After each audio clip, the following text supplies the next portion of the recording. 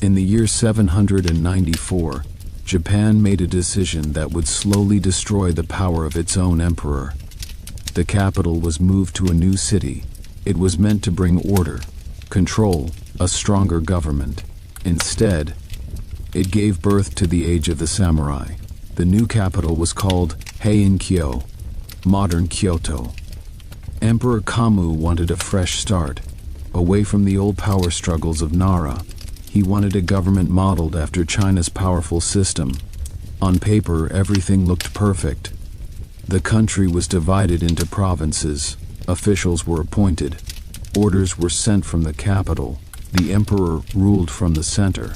But Japan wasn't China. The land was harsh. Mountains cut regions apart. Roads were narrow and dangerous. Messages took weeks, sometimes months, sometimes they never arrived. From Kyoto, the emperor believed he was in control. But far from the capital, reality was changing. Provincial governors were isolated. There was little supervision, little communication, and too much power. Some began to act on their own.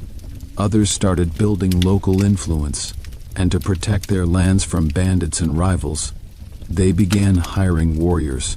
At first, these fighters were simply guards, but over time, they became something more. They trained constantly. They fought on horseback. They developed their own code, their own loyalty, and that loyalty was not to the emperor, it was to land, to wealth, to their clan. While this new warrior class was rising, life in the capital moved in a different direction. The imperial court focused on art, poetry, ceremony, refinement. Kyoto became a center of beauty and culture, but outside the capital, power was shifting. By the late Heian period, two great warrior clans dominated Japan, the Taira and the Minamoto. Their rivalry grew into a full-scale war. Battles spread across the country. The imperial court could no longer control events. The warriors were now deciding the future. The conflict reached its final moment in 1185.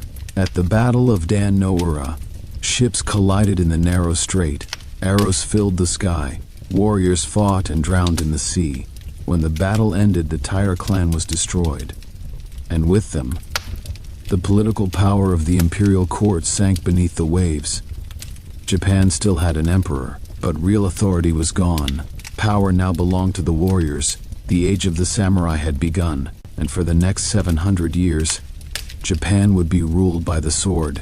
These officials, initially selected from the court nobility based on their literary accomplishments and family connections rather than administrative competence, gradually discovered that effective governance required military capabilities rather than poetic sensibilities or knowledge of Chinese classics. The transformation began subtly in the countryside, where local strongmen emerged to fill the power vacuum left by ineffective imperial administration. These early bushi, literally meaning warrior gentlemen, were often descendants of imperial princes or court nobles who had been granted provincial positions, but chose to remain in their assigned territories rather than return to the capital after their terms of service concluded. Unlike their court-bound relatives who spent their days composing 31-syllable waka poems and debating the aesthetic merits of seasonal color combinations in their elaborate silk robes, these provincial warriors developed practical skills in horseback riding, archery, and swordsmanship that would prove essential for survival in Japan's rugged terrain. They understood with crystalline clarity that survival in the provinces required swift horses, sharp blades, and loyal retainers, rather than elegant calligraphy or knowledge of Tang Dynasty literature. The warrior communities that developed in the eastern provinces, particularly in the Kanto region, where vast plains provided ideal conditions for horse breeding and cavalry training, created military traditions that emphasized personal courage, martial skill, and unwavering loyalty to one's immediate commander. These values, which would eventually crystallize into the Bushido code that defined samurai culture for centuries, emerged organically from the practical necessities of provincial life rather than from philosophical speculation or religious teaching. The Fujiwara family's rise to dominance exemplified the court nobility's increasing detachment from practical governance and their obsessive focus on ceremonial refinement at the expense of administrative effectiveness. Through a series of strategic marriages to imperial daughters spanning multiple generations, the Fujiwara established a regency system that placed them as permanent advisors to child emperors, who were often too young to understand the political machinations occurring around them. Fujiwara no Michinaga, who controlled the imperial court from 995 to 1027 with an iron grip concealed beneath silk gloves, epitomized this system's excesses and its remarkable effectiveness at concentrating power within a single family network. His daughters married 4 different emperors, while his sons-in-law included 2 crown princes, creating a web of family relationships that made the Fujiwara indispensable to imperial succession, regardless of which faction might temporarily gain influence at court. Michinaga's court focused obsessively on aesthetic refinement to a degree that would seem almost pathological to modern observers. Courtiers spent countless hours debating the precise shade of silk appropriate for autumn ceremonies, the correct number of layers in a court lady's kimono for different seasonal occasions, or the subtle differences between various incense blends that might be appropriate for different types of poetry gatherings. This cultural sophistication, immortalized in Murasaki Shikibu's Tale of Genji, which remains one of the world's first novels and a masterpiece of psychological insight, created an insular world where courtiers competed in poetry competitions while provincial warriors settled disputes with arrows and steel. The contrast between these two worlds, the perfumed chambers of the Heian court and the dusty training grounds of provincial warrior bands, would define Japanese political development for centuries to come. The court's elaborate aesthetic culture produced remarkable artistic achievements, including the development of distinctively Japanese literary forms, architectural styles, and religious practices that synthesized Chinese influences with indigenous traditions. However, this cultural flowering occurred at the cost of political effectiveness, as the court nobility became increasingly incapable of addressing practical governance challenges that required military force rather than poetic eloquence. The Fujiwara Regency's military incompetence became glaringly apparent during the former 9 Years' War and the later 3 Years' War in northern Honshu, when the Abe and Kiyawara clans challenged imperial authority in the remote Mutsu and Dewa provinces. These conflicts, which lasted from 1051 to 1062 and 1083 to 1087 respectively, demonstrated that the court had become completely dependent on warrior families for military operations that it could no longer conduct through its own resources. The court proved incapable of mounting effective military responses using the conscript armies that had theoretically been available under the Ritsuryo system. Instead, they relied entirely on the Minamoto clan, particularly Minamoto no Yoriyoshi and his son Yoshii, to suppress these rebellions through campaigns that required years of sustained military effort in some of Japan's most challenging terrain. Yoshii, known as Hachiman Taro, after the war god Hachiman, demonstrated the emerging warrior ethos through his tactical brilliance and personal courage that became legendary throughout Japan. During the siege of Kanazawa Stockade, Yoshii famously deduced an enemy ambush by observing the flight patterns of disturbed waterfowl, a level of practical intelligence that court nobles absorbed in abstract philosophical discussions could never match.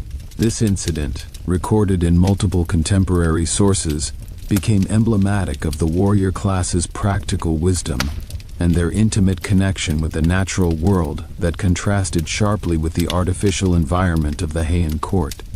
These northern campaigns established crucial precedents for warrior governance that would shape Japanese political development for centuries. The Minamoto forces operated independently of court supervision, making tactical decisions based on immediate battlefield conditions, rather than consulting distant bureaucrats who had never seen combat and could not possibly understand the realities of military operations in hostile territory. They recruited followers through personal loyalty rather than official appointment, creating military bonds that transcended the formal administrative hierarchy and established patterns of warrior organization that would persist throughout the medieval period.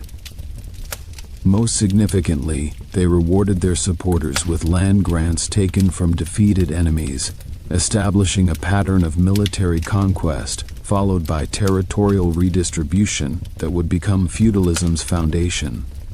Simultaneously, the Shun system was fundamentally altering Japan's economic landscape in ways that would prove equally significant for political development. These private estates began as tax-exempt holdings granted to Buddhist temples and Shinto shrines as expressions of imperial piety, but they rapidly expanded to include secular nobles and eventually warrior families who recognized the economic advantages of operating outside the imperial tax system. The process typically began when local landowners, seeking to avoid the crushing tax burden imposed by provincial governors who needed to extract maximum revenue to support their own positions at court, formally donated their property to powerful court nobles or religious institutions while retaining actual control as estate managers. Chinese authorities issued numbered tallies to authorize Japanese merchants that served as passports and trade licenses, while Japanese officials maintained careful records of all transactions to ensure compliance with agreed-upon limitations on export quantities and product categories. These arrangements protected Chinese domestic industries from excessive competition, while providing Japanese merchants with guaranteed market access that justified the substantial investments required for overseas trade. Japanese diplomatic missions to the Ming capital at Nanjing became elaborate cultural exhibitions that showcased Japanese artistic achievements while gathering intelligence about Chinese political developments and technological innovations. These embassies included not only government officials and merchants, but also artists, scholars, and craftsmen who could demonstrate Japanese capabilities while learning from their Chinese counterparts. The exchange of gifts between the two courts involved precious objects that represented the highest levels of artistic achievement in both cultures, creating competitive pressures that stimulated innovation and quality improvement in luxury crafts. The cultural impact of these diplomatic exchanges extended far beyond immediate commercial benefits to influence Japanese artistic development in fundamental ways. Chinese painting techniques, particularly those associated with Zen Buddhist art, were adapted by Japanese artists who combined them with indigenous aesthetic traditions to create distinctively Japanese styles that would influence East Asian art for centuries. The importation of Chinese books and scholarly works provided Japanese intellectuals with access to contemporary developments in philosophy, literature, and scientific knowledge, while stimulating domestic scholarship that built upon foreign learning to address specifically Japanese concerns. Zen monastery schools emerged as crucial institutions for transmitting this imported knowledge, while developing distinctively Japanese approaches to education and scholarship. These institutions attracted students from warrior families who sought cultural refinement as well as religious instruction, creating educational environments that combined practical training in military arts with sophisticated study of literature, philosophy, and artistic techniques. The monastery's libraries accumulated vast collections of Chinese texts while producing original Japanese works that demonstrated mastery of foreign learning and its creative adaptation to domestic circumstances.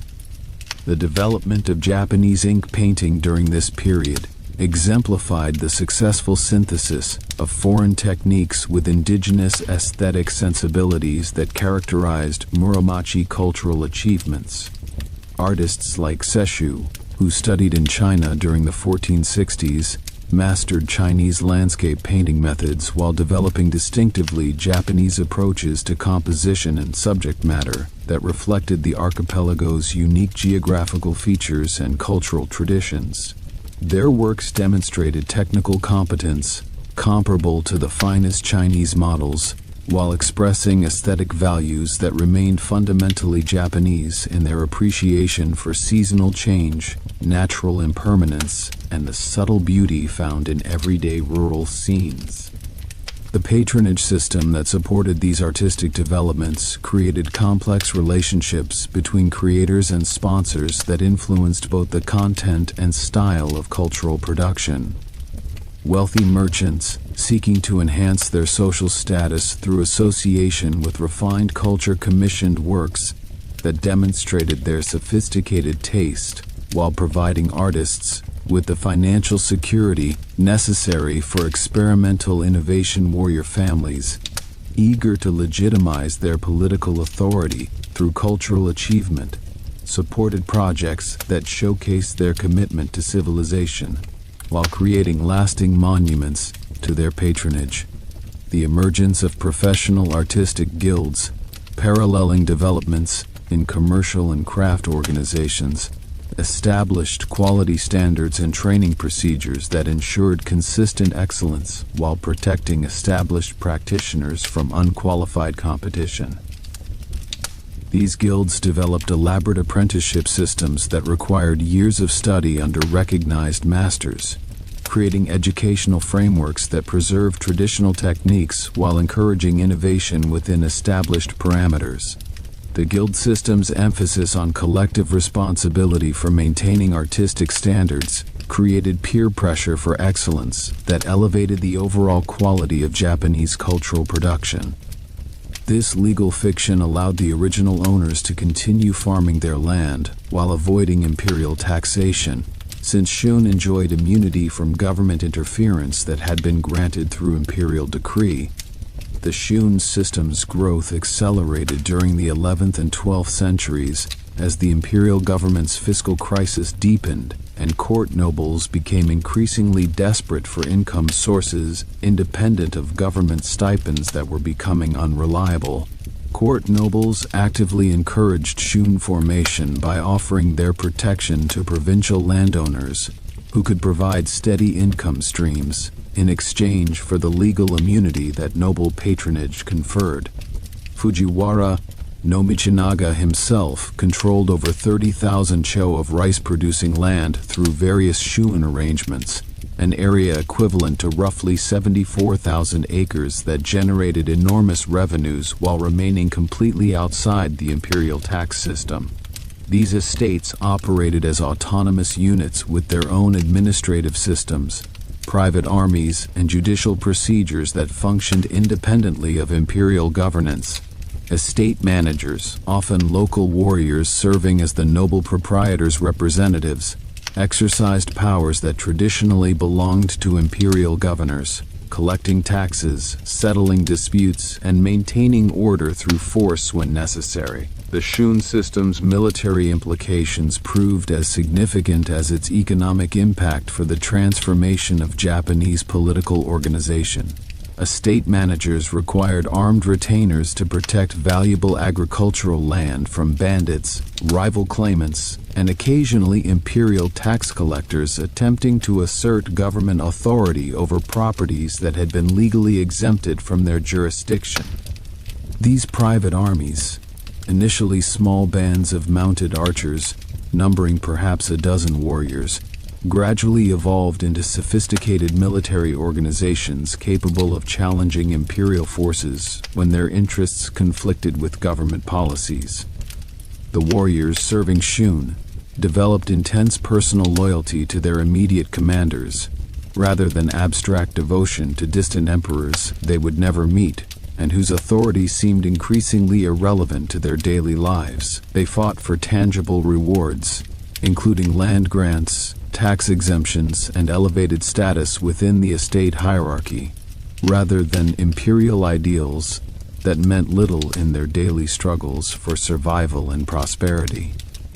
This transformation of military motivation from abstract loyalty to concrete self-interest would prove fundamental to the development of Japanese feudalism and the warrior culture that would dominate the archipelago for centuries.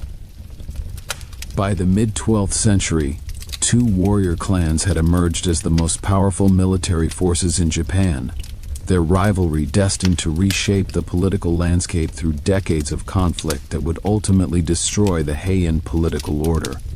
The Taira and the Minamoto, both claiming descent from imperial princes who had been removed from the succession and granted warrior status, had developed distinct approaches to political power that reflected their different geographical bases and historical experiences. The Taira, descended from Emperor Kamu through a cadet branch that had been established in the provinces, initially built their power base in the Kanto region before expanding westward toward the capital as opportunities for advancement presented themselves. Taira no Kiyomori, the clan's most successful leader, demonstrated remarkable political acumen by cultivating relationships with retired emperors and court nobles, while maintaining his family's military strength through careful attention to the warrior networks that provided the foundation for Taira power. Unlike earlier warrior leaders who remained in distant provinces and avoided the complexities of court politics, Kiyomori moved to the capital and sought integration with the existing political establishment.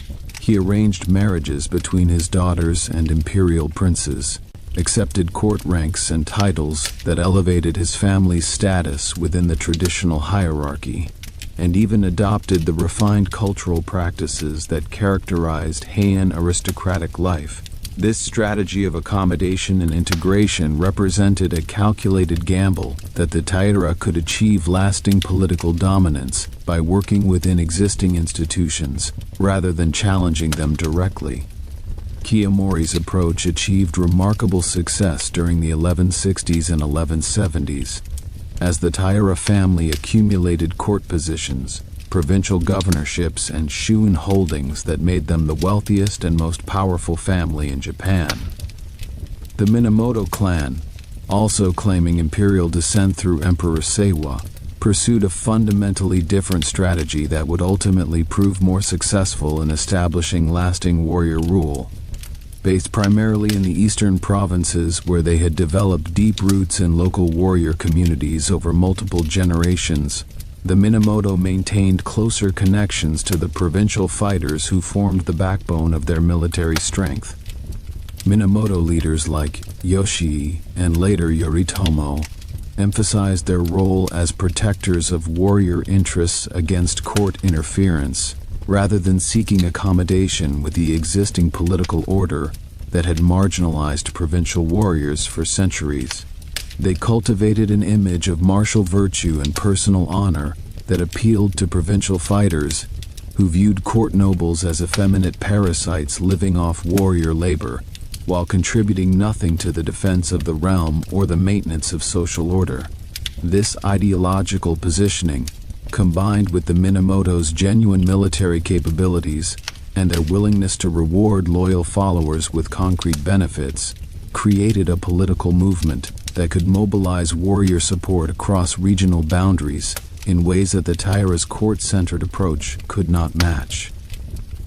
The fundamental tension between these competing approaches, integration versus opposition, accommodation versus confrontation, came to a head during the Hogan Rebellion of 1156.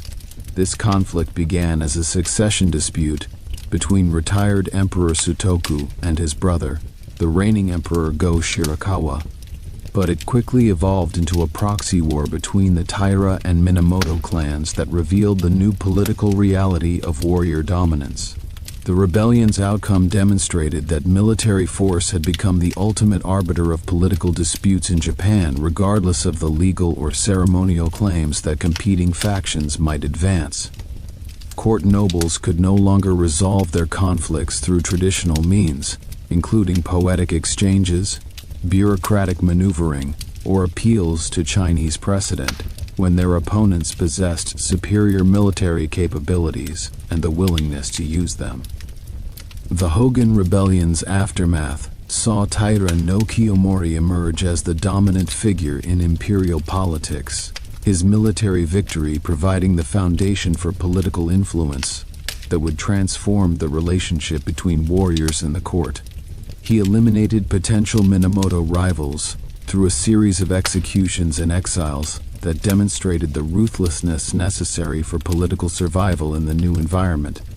Most notably, Kiyomori ordered the execution of Minamoto no Tamiyoshi, despite the man's advanced age and previous loyal service to the court, a decision that shocked contemporaries who expected that traditional considerations of mercy and respect for age would temper the victor's treatment of defeated enemies.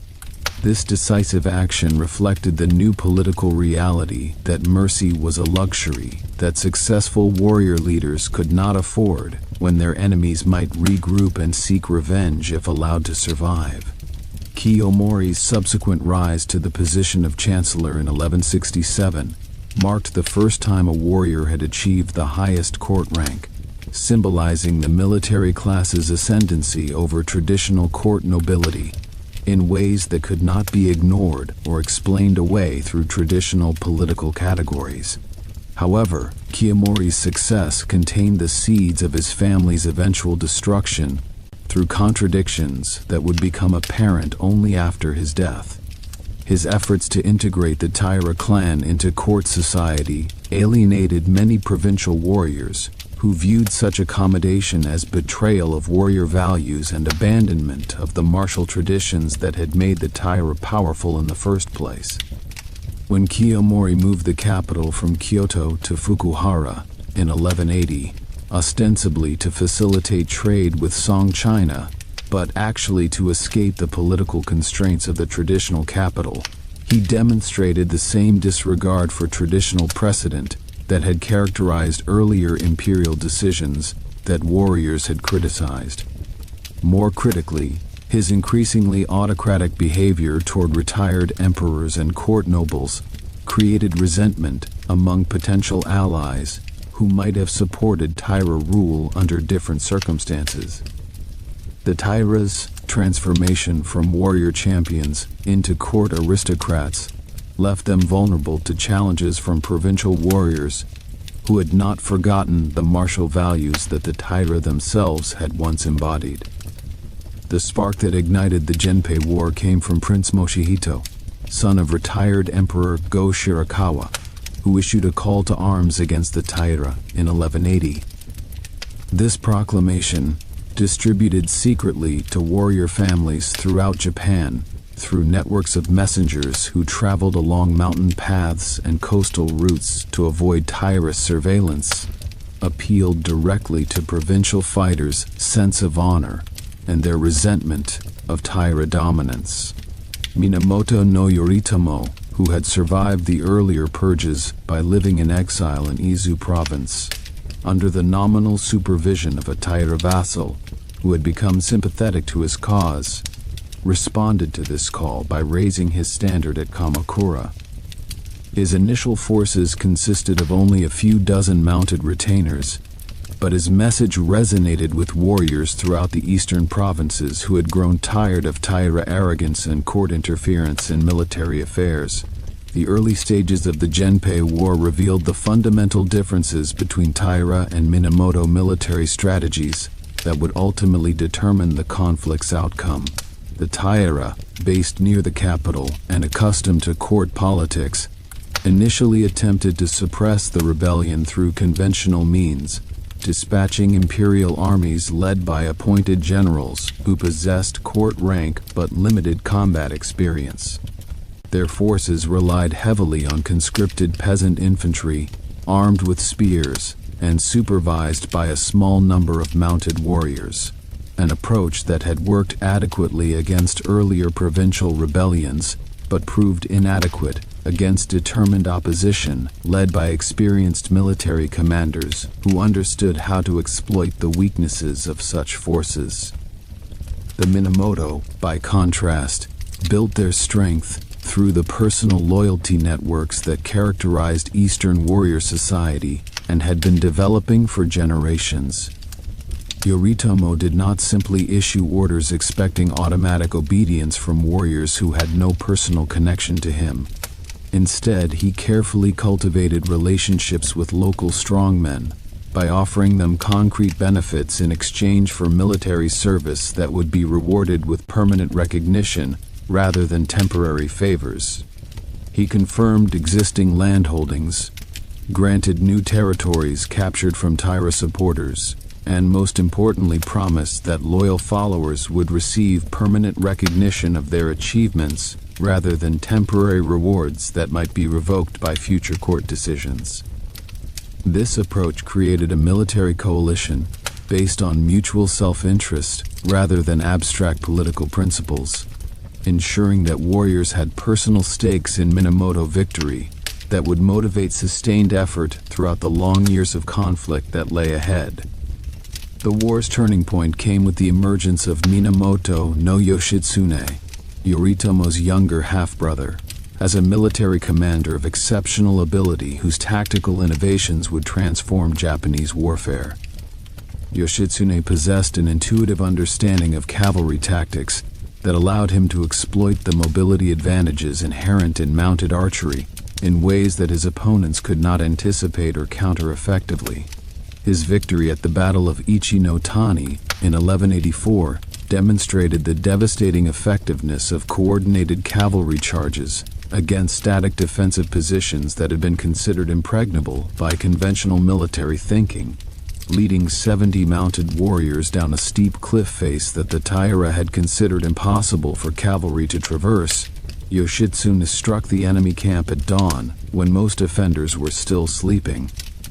The psychological impact of this surprise attack, combined with the Minamoto forces' superior horsemanship and their willingness to take risks that conventional commanders would have rejected as suicidal, shattered Taira resistance and forced their retreat toward the inland sea. The Taira clan's final stand at Dan no Ura in 1185 epitomized the transformation that had occurred during the Genpei War and marked the definitive end of the Heian political order. This naval battle, fought in the narrow straits between Honshu and Kyushu, where treacherous currents and unpredictable tides created challenges for even experienced sailors, pitted the Taira fleet of approximately 500 vessels against roughly 840 Minamoto ships. The engagement began with traditional archery exchanges between warriors standing on ship decks, but it quickly devolved into close-quarters combat as vessels rammed each other and boarding parties fought with swords and naginata in the confined spaces of wooden warships. The tide literally turned against the Taira when the local pilots, initially supporting them because of long-standing commercial relationships, switched sides mid-battle and began providing navigation assistance to Minamoto forces. This defection, motivated by calculations about which side would ultimately prevail and reward loyal service, demonstrated how thoroughly the war had become a contest for practical support rather than a struggle over abstract principles of legitimacy. The death of Emperor Antoku, the 7-year-old child emperor, who had become a symbol of Taira legitimacy, marked the end of the Heian period's political order in the most dramatic fashion imaginable.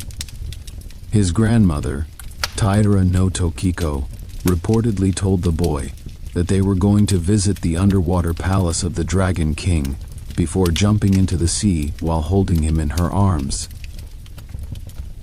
This act of ritual suicide, known as jigai, reflected the warrior code's emphasis on honor over survival, a stark contrast to the court nobility's traditional preference for exile or monastic retirement when facing political defeat. The sacred mirror, one of the 3 imperial regalia that legitimized imperial rule through their connection to the sun goddess Amaterasu, disappeared beneath the waves with the child emperor, creating a symbolic rupture with Japan's ancient political traditions that could never be fully repaired. The waves at Den no Ura had barely settled when Minamoto no Yoritomo faced the monumental task of transforming military victory into lasting political control that could survive the inevitable challenges from rivals, discontented followers, and the imperial court itself. Unlike previous warrior leaders who had sought accommodation with existing imperial institutions and accepted subordinate positions within the traditional hierarchy, Yoritomo recognized that effective governance required a completely new administrative framework designed specifically for warrior rule. The court nobility's centuries-old bureaucratic machinery, with its emphasis on Chinese literary classics and ceremonial protocol, proved utterly inadequate for managing a realm where armed horsemen settled disputes and land tenure depended on military service rather than imperial appointment. Yoritomo's decision to establish his headquarters in Kamakura, a fishing village nestled between forested hills and Sagami Bay, roughly 30 miles southwest of modern Tokyo, reflected his understanding of geography's role in political power and his determination to create a warrior government that would operate independently of court influence. The location offered natural defensive advantages that would prove valuable during the uncertain years of consolidation that lay ahead. Steep hills protected the settlement's landward approaches through narrow passes that could be defended by small forces against much larger armies, while the bay provided access to maritime routes connecting the eastern provinces and enabling rapid communication with distant supporters. More importantly, Kamakura's distance from the imperial capital ensured that warrior administrators could develop their own procedures without constant interference from court officials who remained obsessed with precedent and protocol that had little relevance to the practical challenges of military governance. The contrast between the two centers could not have been starker in their physical appearance, social atmosphere, and fundamental purposes. While Kyoto's palaces showcased elaborate gardens designed for moon-viewing parties and incense competitions, Kamakura's buildings served practical military functions, with training grounds for mounted archery and armories filled with weapons and armor that might be needed at any moment. The bakufu, literally meaning tent government in reference to the field headquarters used during military campaigns, represented a revolutionary departure from previous Japanese governance models that had always assumed imperial authority as the ultimate source of political legitimacy. Rather than attempting to reform the existing Ritsuryo system, which had become hopelessly corrupted by centuries of Shun development and aristocratic privilege, Yoritomo created parallel institutions that operated independently of imperial bureaucracy while maintaining the fiction of subordination to imperial authority. The Mandakoro served as the Bakufu's central administrative office, handling correspondence with provincial warriors and managing the complex logistics of maintaining military forces across vast territories that had previously been governed through imperial appointment. The samurai Dokoro functioned as a military police force responsible for maintaining order among the warrior class and investigating crimes that fell under Bakufu jurisdiction, creating mechanisms for disciplining warriors who violated the emerging codes of conduct that Yoritomo sought to establish. The Manchujo acted as a judicial body that resolved land disputes and other legal matters affecting warrior families, applying practical precedents rather than abstract legal principles derived from Chinese law codes that had little relevance to Japanese conditions. This institutional innovation created what historians term the dual polity system, two separate governments operating simultaneously within the same territory with different spheres of authority and different sources of legitimacy. The imperial court retained nominal authority over civilian administration, religious affairs, and cultural matters that had traditionally fallen within imperial jurisdiction. The Bakufu controlled military forces, land distribution, and criminal justice affecting the warrior class, creating a division of responsibilities that allowed both governments to function without direct conflict over most issues. This arrangement allowed Yoritomo to exercise real power without directly challenging imperial legitimacy, thereby avoiding the political instability that had plagued earlier attempts at military rule by warriors who had sought to replace imperial authority rather than supplement it. Court nobles continued receiving their traditional stipends and participating in seasonal ceremonies that maintained the appearance of imperial governance, but their influence over practical governance evaporated as provincial warriors looked to Kamakura rather than Kyoto for leadership and legal resolution of disputes that affected their daily lives. The feudal hierarchy that emerged under Yoritomo's direction reflected the military realities that had determined the Genpei War's outcome and the personal relationships that had enabled Minamoto victory.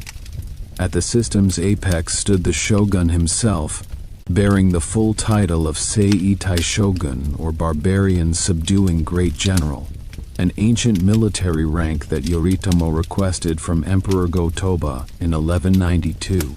This appointment provided legal justification for warrior rule, while maintaining the fiction of imperial supremacy, since the shogun technically served as the emperor's military deputy, rather than an independent sovereign exercising authority in his own right. The title's historical associations with campaigns against the Emishi peoples of northern Honshu emphasized the shogun's role as protector of imperial territory against external threats, a function that would prove prophetic when foreign invasions actually materialized in the following century. Below the shogun, the Shugo system established military governors responsible for maintaining order within individual provinces, creating a network of warrior administrators who could enforce Bakufu policies throughout Japan while remaining accountable to Kamakura rather than the imperial court. These officials, typically drawn from warrior families that had demonstrated loyalty during the Genpei War, possessed authority to mobilize local military forces, pursue criminals across provincial boundaries, and guard imperial estates within their jurisdictions. The Shugo differed fundamentally from the old Kokushi governors in their military background and direct accountability to the Bakufu, rather than imperial bureaucracy. Where previous governors had relied on written reports and administrative procedures that could be manipulated or ignored by local interests, Shugo enforced their authority through mounted retainers who could respond immediately to threats or disturbances. Their headquarters resembled military compounds rather than administrative offices, with stables for war horses, practice ranges for archery training, and barracks for armed followers who could be mobilized at short notice.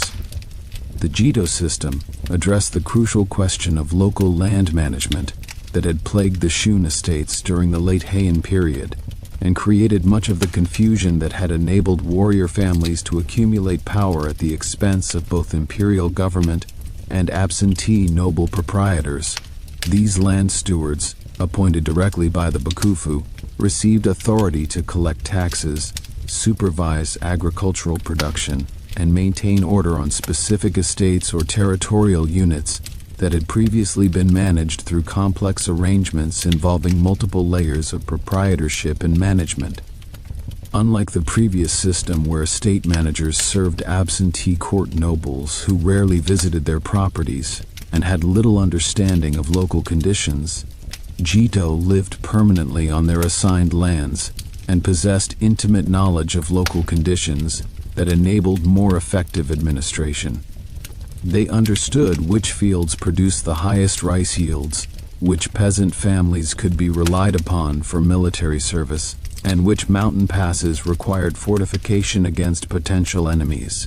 This practical expertise enabled more efficient agricultural production and tax collection, while ensuring that military obligations could be met when the Bakufu required armed service from its vassals.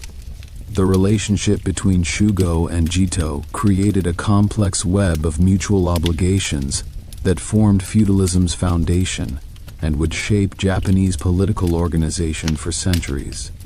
Jito owed military service to their provincial Shugo when conflicts arose, providing mounted warriors equipped with horses, weapons, and several days' provisions for campaigns that might take them far from their home territories.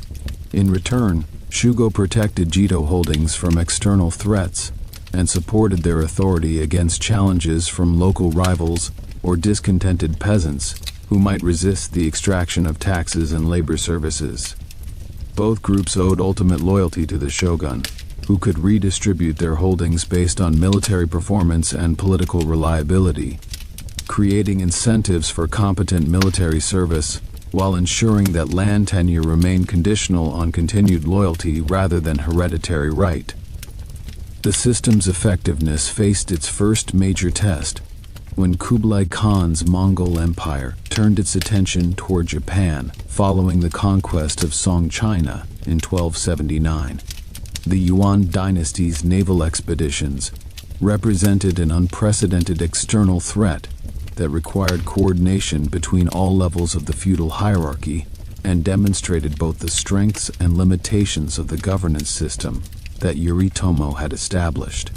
Intelligence reports filtering through Korean and Chinese merchant networks described Mongol military capabilities in terrifying detail that challenged everything Japanese warriors thought they knew about warfare. Disciplined cavalry formations that could travel vast distances without rest, siege engines capable of reducing stone fortifications to rubble, and composite bows with effective ranges exceeding anything Japanese archers had encountered, created images of military power that seemed almost supernatural to warriors accustomed to the relatively small-scale conflicts that had characterized Japanese warfare since the Genpei War's conclusion. The prospect of facing such opponents forced the Bakufu to mobilize resources on a scale that tested the new governmental system's organizational capacity and revealed both its remarkable capabilities and its inherent limitations. The first Mongol invasion fleet departed from Korean ports in November 1274, carrying approximately 15,000 Mongol and Chinese troops, along with 8,000 Korean auxiliaries, aboard roughly 300 vessels. The armada's initial target was Tsushima Island, where the local garrison under Sosuke Kuni faced impossible odds against an enemy whose military capabilities exceeded anything in Japanese experience. Contemporary accounts described the defenders' desperate resistance against overwhelming numbers, with Japanese warriors employing traditional individual combat techniques against Mongol formations that fought as coordinated units using tactics that Japanese commanders had never encountered. The invaders' use of explosive projectiles, ceramic bombs filled with gunpowder and metal fragments, created psychological terror among defenders accustomed to conventional archery duels, where individual skill determined outcomes. After 3 days of fierce fighting, Tsushima's garrison was annihilated, providing the Mongols with their first foothold in Japanese territory and demonstrating the inadequacy of traditional Japanese military methods against this new type of enemy. The invasion force next struck Iki Island, where a pattern of heroic but futile resistance repeated itself as Japanese warriors discovered that their traditional approaches to combat were completely ineffective against Mongol tactics. The island's military governor, Taira no Kagetaka, led approximately 100 mounted warriors against thousands of Mongol troops in a series of cavalry charges that demonstrated both the courage and tactical limitations of traditional Japanese warfare. While individual Japanese warriors possessed superior swordsmanship and archery skills developed through years of intensive training, their emphasis on single combat proved disastrous against enemies who coordinated their movements and concentrated firepower against isolated targets. The Mongols' use of massed crossbow volleys followed by cavalry charges, supported by infantry formations, overwhelmed defenders who expected formal challenges and individual duels rather than systematic battlefield tactics designed to destroy enemy forces through coordinated action. The main invasion force landed at Hakata Bay on Kyushu's northern coast, where they encountered the first coordinated Japanese resistance, organized by the Kyushu Shugo, who had mobilized approximately 10,000 warriors from across the island.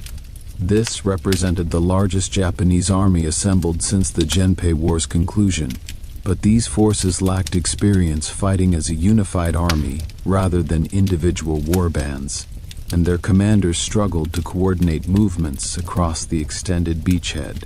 The initial engagements revealed fundamental differences between Japanese and Mongol military philosophy that would require years of adaptation to address.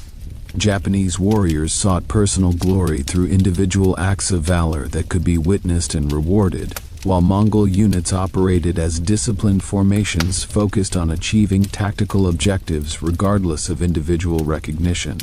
The Mongols established a fortified beachhead and began advancing inland, employing siege tactics that Japanese defenders had never encountered in their experience of warfare. Their use of catapults and early firearms created breaches in hastily constructed palisades, while coordinated infantry assaults prevented Japanese cavalry from exploiting their mobility advantages in the confined terrain around the landing zones. Contemporary chronicles describe the terrifying sound of Mongol war drums and gongs that coordinated troop movements, creating an alien soundscape that added to the psychological pressure on Japanese defenders who had never experienced anything like this form of warfare. The invaders' practice of taking no prisoners and showing no mercy to captured warriors violated Japanese expectations about honorable warfare, further demoralizing resistance efforts among warriors who had been trained to expect certain conventions in combat. However, the Mongol expedition faced logistical challenges that proved as dangerous as Japanese resistance and would ultimately determine the invasion's outcome. The invasion fleet's hasty departure from Korea had prevented adequate preparation for extended operations, leaving the army dependent on supplies that could be landed at Hakata Bay through a supply chain that stretched across hundreds of miles of ocean. Autumn storms in the Korea Strait disrupted communication with Yuan bases, while Japanese naval forces, though inferior in numbers, managed to harass supply convoys, using their superior knowledge of local waters and their willingness to conduct night raids against anchored vessels. More critically, the Mongol commanders had underestimated the time required to secure their beachhead, expecting rapid conquest rather than prolonged resistance from determined defenders fighting on familiar terrain with everything at stake. On November 19, 1274, a massive typhoon struck the invasion fleet, while most vessels remained anchored in Hakata Bay. The storm's fury exceeded anything in recorded Japanese meteorological history, with winds estimated at over 100 miles per hour, driving mountainous waves against the crowded anchorage. Mongol ships, designed for river warfare and coastal operations rather than open ocean storms, proved catastrophically vulnerable to the typhoon's assault. Contemporary accounts describe vessels being driven ashore like toys, their wooden hulls splintering against rocks while crews struggled helplessly against the storm's overwhelming power. The few ships that managed to escape the bay faced equally dangerous conditions in the open Korea Strait, where many foundered with all hands lost in the darkness and chaos of the storm. The typhoon's aftermath revealed the invasion's complete collapse and the miraculous nature of Japan's deliverance from what had seemed certain conquest. Thousands of Mongol corpses littered Kyushu's beaches while the survivors faced Japanese forces that had regrouped during the storm and were eager to exact revenge for the earlier defeats. Without naval support or hope of reinforcement, the remaining invaders surrendered or died fighting hopeless rearguard actions against enemies who showed them the same lack of mercy that the Mongols had displayed toward Japanese prisoners.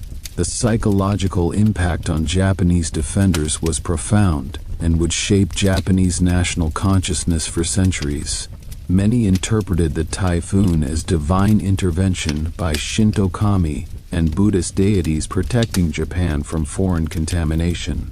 This religious interpretation would later evolve into the kamikaze concept, literally meaning divine wind, which became central to Japanese national mythology and would be invoked in very different circumstances during the 20th century. The 1274 invasion's failure provided valuable lessons that the Bakufu applied to preparing for the anticipated second Mongol assault that intelligence reports indicated was already being planned. Hojo Tokimune, who had assumed leadership of the Bakufu as regent following his father's death, ordered construction of extensive coastal fortifications along Kyushu's northern shores that would prevent a repetition of the easy landings that had characterized the first invasion.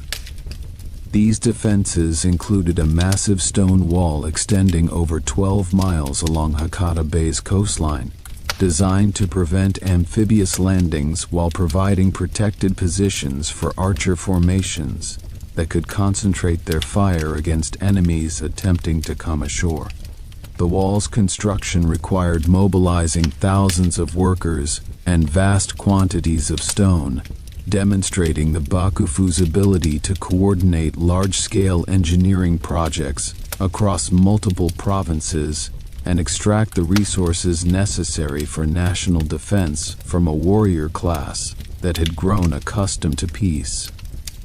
Simultaneously, the Bakufu implemented military reforms designed to address the tactical deficiencies revealed during the first invasion. Warrior training emphasized coordinated group tactics rather than individual combat skills, while new weapons and armor were developed to counter Mongol advantages. Japanese armorers began producing lighter, more flexible armor suitable for extended combat, rather than the elaborate ceremonial suits that had characterized earlier periods. Weaponsmiths experimented with longer spears and improved crossbows, attempting to match the range and penetrating power of Mongol projectile weapons that had proved so devastating during the first invasion. The second Mongol invasion of 1281 represented a far more serious threat than its predecessor, reflecting Kublai Khan's determination to succeed where the first expedition had failed. The Khan had learned from the first expedition's failures, assembling two separate fleets that would converge on Kyushu from different directions to overwhelm Japanese defenses through sheer numbers. The Eastern Route Army, departing from Korean ports, carried approximately 40,000 troops aboard 900 vessels, while the Southern Route Army sailed from southern China with roughly 100,000 soldiers on over 30,500 ships. This massive armada represented one of the largest naval expeditions in medieval history, dwarfing even the later Spanish Armada in terms of troop numbers and logistical complexity. The invasion began in May 1281, when the Eastern Route Army landed on Tsushima and Iki Islands, quickly overwhelming the reinforced garrisons that had been established following the first invasion. However, the Japanese defenders had learned from their previous experience, avoiding pitched battles in favor of guerrilla tactics that exploited their knowledge of local terrain. Rather than meeting the invaders in formal combat where Mongol numerical superiority would prove decisive, Japanese forces conducted hit-and-run attacks against Mongol supply lines while retreating to prepared positions in the island's mountainous interiors. When the Eastern Route Army reached Kyushu in June 1281, they encountered the formidable stone wall that had been constructed along Hakata Bay. The fortification's effectiveness exceeded all expectations, transforming what should have been a straightforward amphibious assault into a bloody stalemate. Mongol landing craft found themselves trapped in killing zones, where Japanese archers could concentrate their fire while remaining protected from return volleys. The wall's strategic positioning forced invaders to land at predetermined points, where Japanese forces had prepared elaborate defensive positions, complete with hidden archer nests and cavalry staging areas for counterattacks. The siege of the coastal fortifications continued through the summer months as both armies awaited the Southern Route Army's arrival from China. This delay proved costly for the Mongols, who found themselves committed to maintaining a large army in hostile territory without achieving decisive victory. Japanese forces employed innovative naval tactics, using small, maneuverable vessels to conduct night raids against the Mongol fleet anchored in Hakata Bay. These attacks, though individually insignificant, gradually eroded Mongol morale while preventing the establishment of secure supply lines. The Southern Route Army's delayed arrival in August 1281 initially appeared to tip the balance decisively in the Mongols' favor. The combined invasion force now numbered over 140,000 troops, larger than any army that would operate in Japan until the 20th century. However, the prolonged campaign had already strained the expedition's logistical capabilities, while the Japanese defenders had used the intervening months to strengthen their positions and coordinate their resistance efforts. On August 15, 1281, another massive typhoon struck the invasion fleet, with even greater force than the 1274 storm. The second kamikaze proved far more devastating than its predecessor, destroying an estimated 80% of the Mongol vessels and drowning approximately 100,000 troops. Contemporary Chinese sources describe the storm's unprecedented fury, with waves reportedly reaching heights of 30 feet and winds that could drive fully grown trees through the air like spears. The Mongol fleet, crowded into inadequate anchorages and weakened by months of combat operations, offered no resistance to the typhoon's assault. The invasion's failure had profound consequences for Japan's feudal development that extended far beyond the immediate military victory. The massive mobilization required to repel the Mongols had demonstrated the Bakufu's organizational capabilities, while creating unprecedented financial burdens that would strain the system for decades. Unlike traditional internal conflicts, where victorious warriors could reward their followers with lands confiscated from defeated enemies, the Mongol Wars produced no territorial gains that could compensate loyal service. This created a crisis of expectations among the warrior class, who had provided military service based on anticipation of material rewards that the Bakufu could not deliver. The Hojo family's role during the invasion significantly enhanced their political position within the Bakufu structure. As hereditary regents who had effectively controlled shogunal authority since the early 13th century, the Hojo had managed the war effort, while the nominal shoguns remained ceremonial figureheads.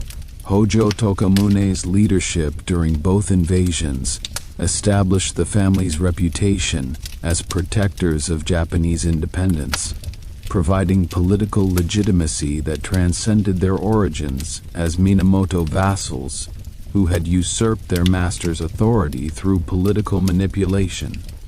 The regent system's evolution reflected broader changes within Japanese feudalism that had begun even before the Mongol threat materialized. Following Minamoto no Yoritomo's death in 1199, his sons Yorii and Sanetomo had proven incapable of maintaining effective control over the warrior coalition that their father had assembled through decades of careful political cultivation. The Minamoto bloodline's weakness created opportunities for ambitious subordinates, particularly Hojo Tokimasa, whose daughter Masako had married Yoritomo and produced the next generation of Minamoto heirs.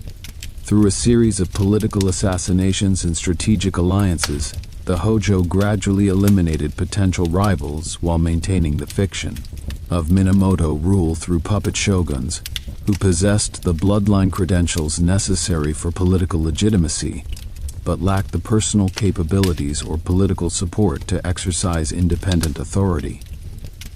By the time of the Mongol invasions, the Hojo Regency had become the Bakufu's true governing authority, controlling policy decisions while allowing ceremonial shoguns to perform the ritual functions associated with their office. This arrangement created a complex hierarchy where real power operated through informal channels rather than official titles, a pattern that would characterize Japanese governance for centuries. The Hojo regent consulted with a council of senior vassals when making important decisions, but the family's control over key administrative positions ensured that their preferences ultimately determined Bakufu policy.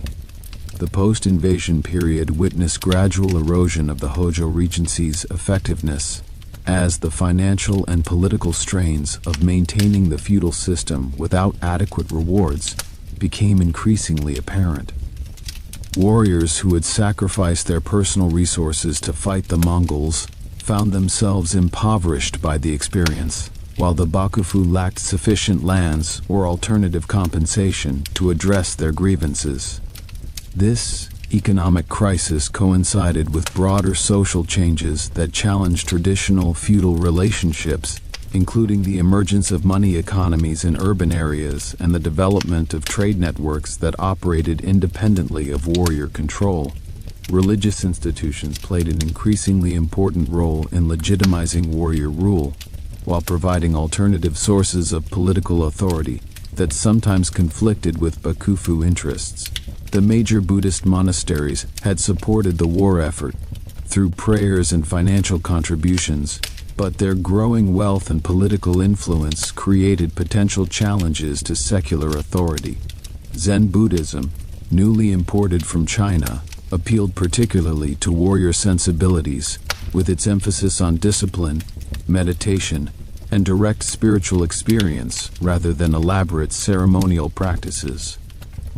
The Hojo regents patronized Zen temples as a means of cultivating cultural sophistication while maintaining control over religious institutions that might otherwise develop independent political agendas.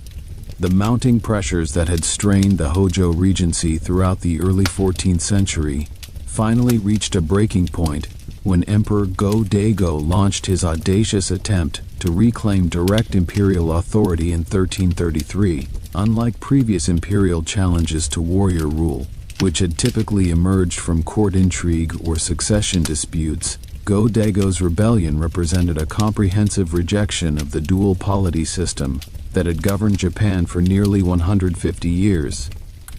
The emperor's vision extended beyond mere restoration of imperial prerogatives.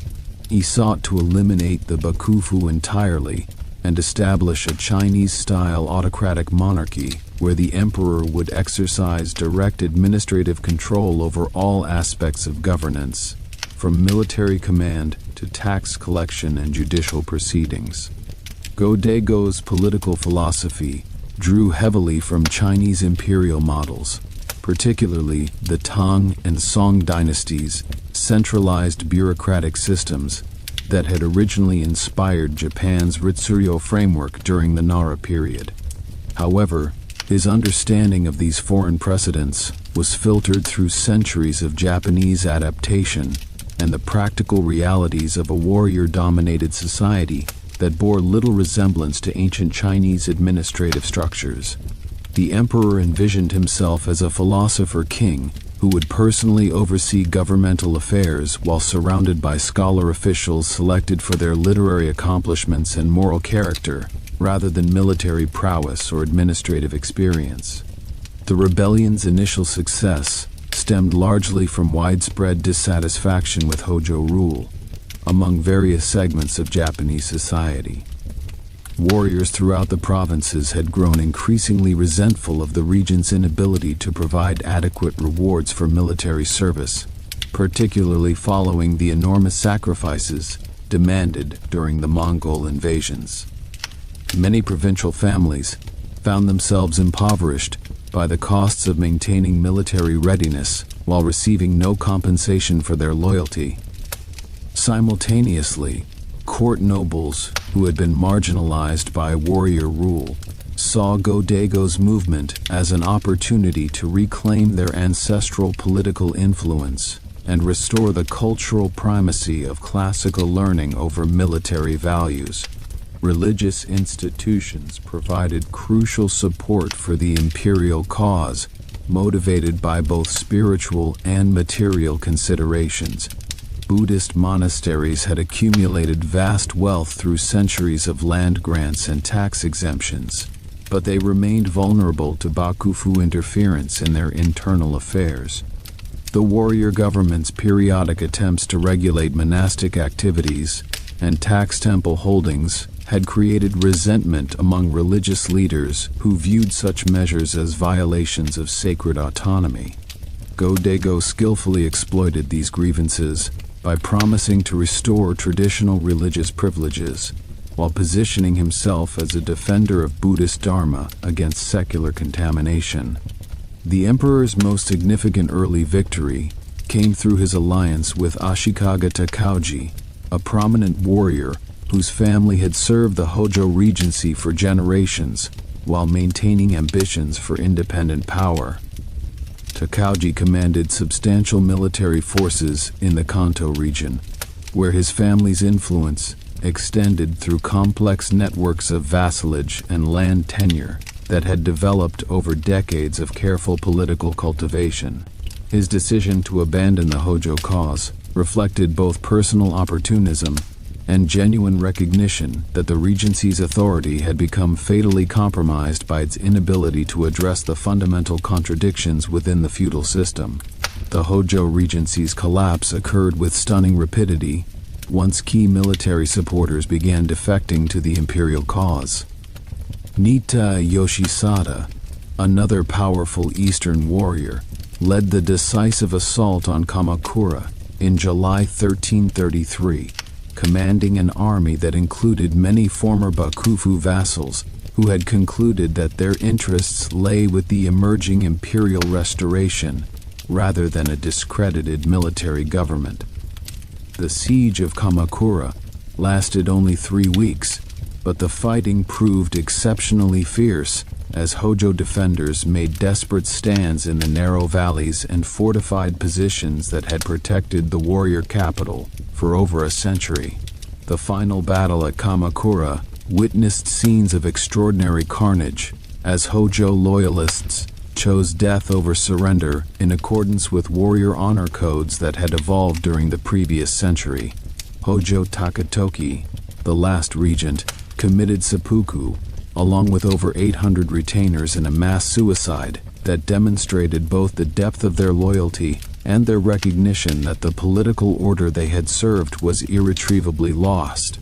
The ritual nature of these deaths, conducted according to precise ceremonial protocols, contrasted sharply with the chaotic urban warfare that raged simultaneously throughout Kamakura's streets as Nitta's forces systematically eliminated remaining resistance. The destruction of Kamakura marked more than the end of a particular government. It represented the complete elimination of the institutional framework that had governed Japan since Minamoto no Yoritomo's victory in the Genpei War. The Bakufu's administrative records were destroyed, its financial reserves were seized by victorious imperial forces, and the complex network of appointments and land grants that had sustained warrior loyalty was dissolved overnight. This institutional collapse created a power vacuum that would prove far more difficult to fill than Go-Daigo and his supporters had anticipated. The Kenmu Restoration began in 1333, with ambitious plans to implement comprehensive governmental reforms that would restore imperial authority while modernizing administrative procedures according to contemporary Chinese models. Go-Daigo established new bureaucratic offices staffed primarily by court nobles and Buddhist monks who possessed classical education but lacked practical experience in military affairs or provincial administration. The emperor personally presided over judicial proceedings, attempting to resolve land disputes and criminal cases through direct imperial intervention rather than delegating authority to specialized courts or regional officials. These administrative innovations quickly revealed fundamental misunderstandings about the nature of Japanese society. After nearly 2 centuries of warrior rule, the imperial government's attempts to reassert direct control over provincial affairs encountered immediate resistance from local strongmen who had grown accustomed to managing their territories without interference from distant bureaucrats. Warriors who had supported the restoration expected to be rewarded with land grants and elevated status, but Go-Dago's preference for court nobles and religious figures in key positions frustrated these expectations while creating new sources of political tension. The emperor's land redistribution policies proved particularly problematic, as they attempted to restore ancient patterns of imperial ownership that had been superseded by generations of feudal development. Many estates that Go-Dago sought to reclaim for imperial control had been divided and subdivided through inheritance, military service grants, and commercial transactions that had created complex webs of overlapping claims and obligations. The imperial government's efforts to untangle these arrangements through administrative decree, rather than negotiated settlement, generated widespread resentment among affected parties, while demonstrating the restoration's limited understanding of contemporary economic realities. Military affairs presented even greater challenges for the restored imperial government. Go-Dago attempted to establish a new army based on imperial appointment rather than feudal loyalty, but this approach failed to account for the personal relationships and material incentives that motivated warrior service. Traditional court nobles possessed no military experience and proved incapable of commanding troops in combat situations, while professional warriors remained suspicious of a government that seemed to favor civilian administrators over military expertise. The emperor's attempts to create a centralized military hierarchy, modeled on Chinese precedents, clashed with Japanese traditions of decentralized warrior bands, led by experienced commanders who had earned their positions through demonstrated competence rather than imperial favor. Financial problems compounded these administrative difficulties as the restored imperial government struggled to fund its ambitious reform program without the established revenue sources that had sustained the Bakufu.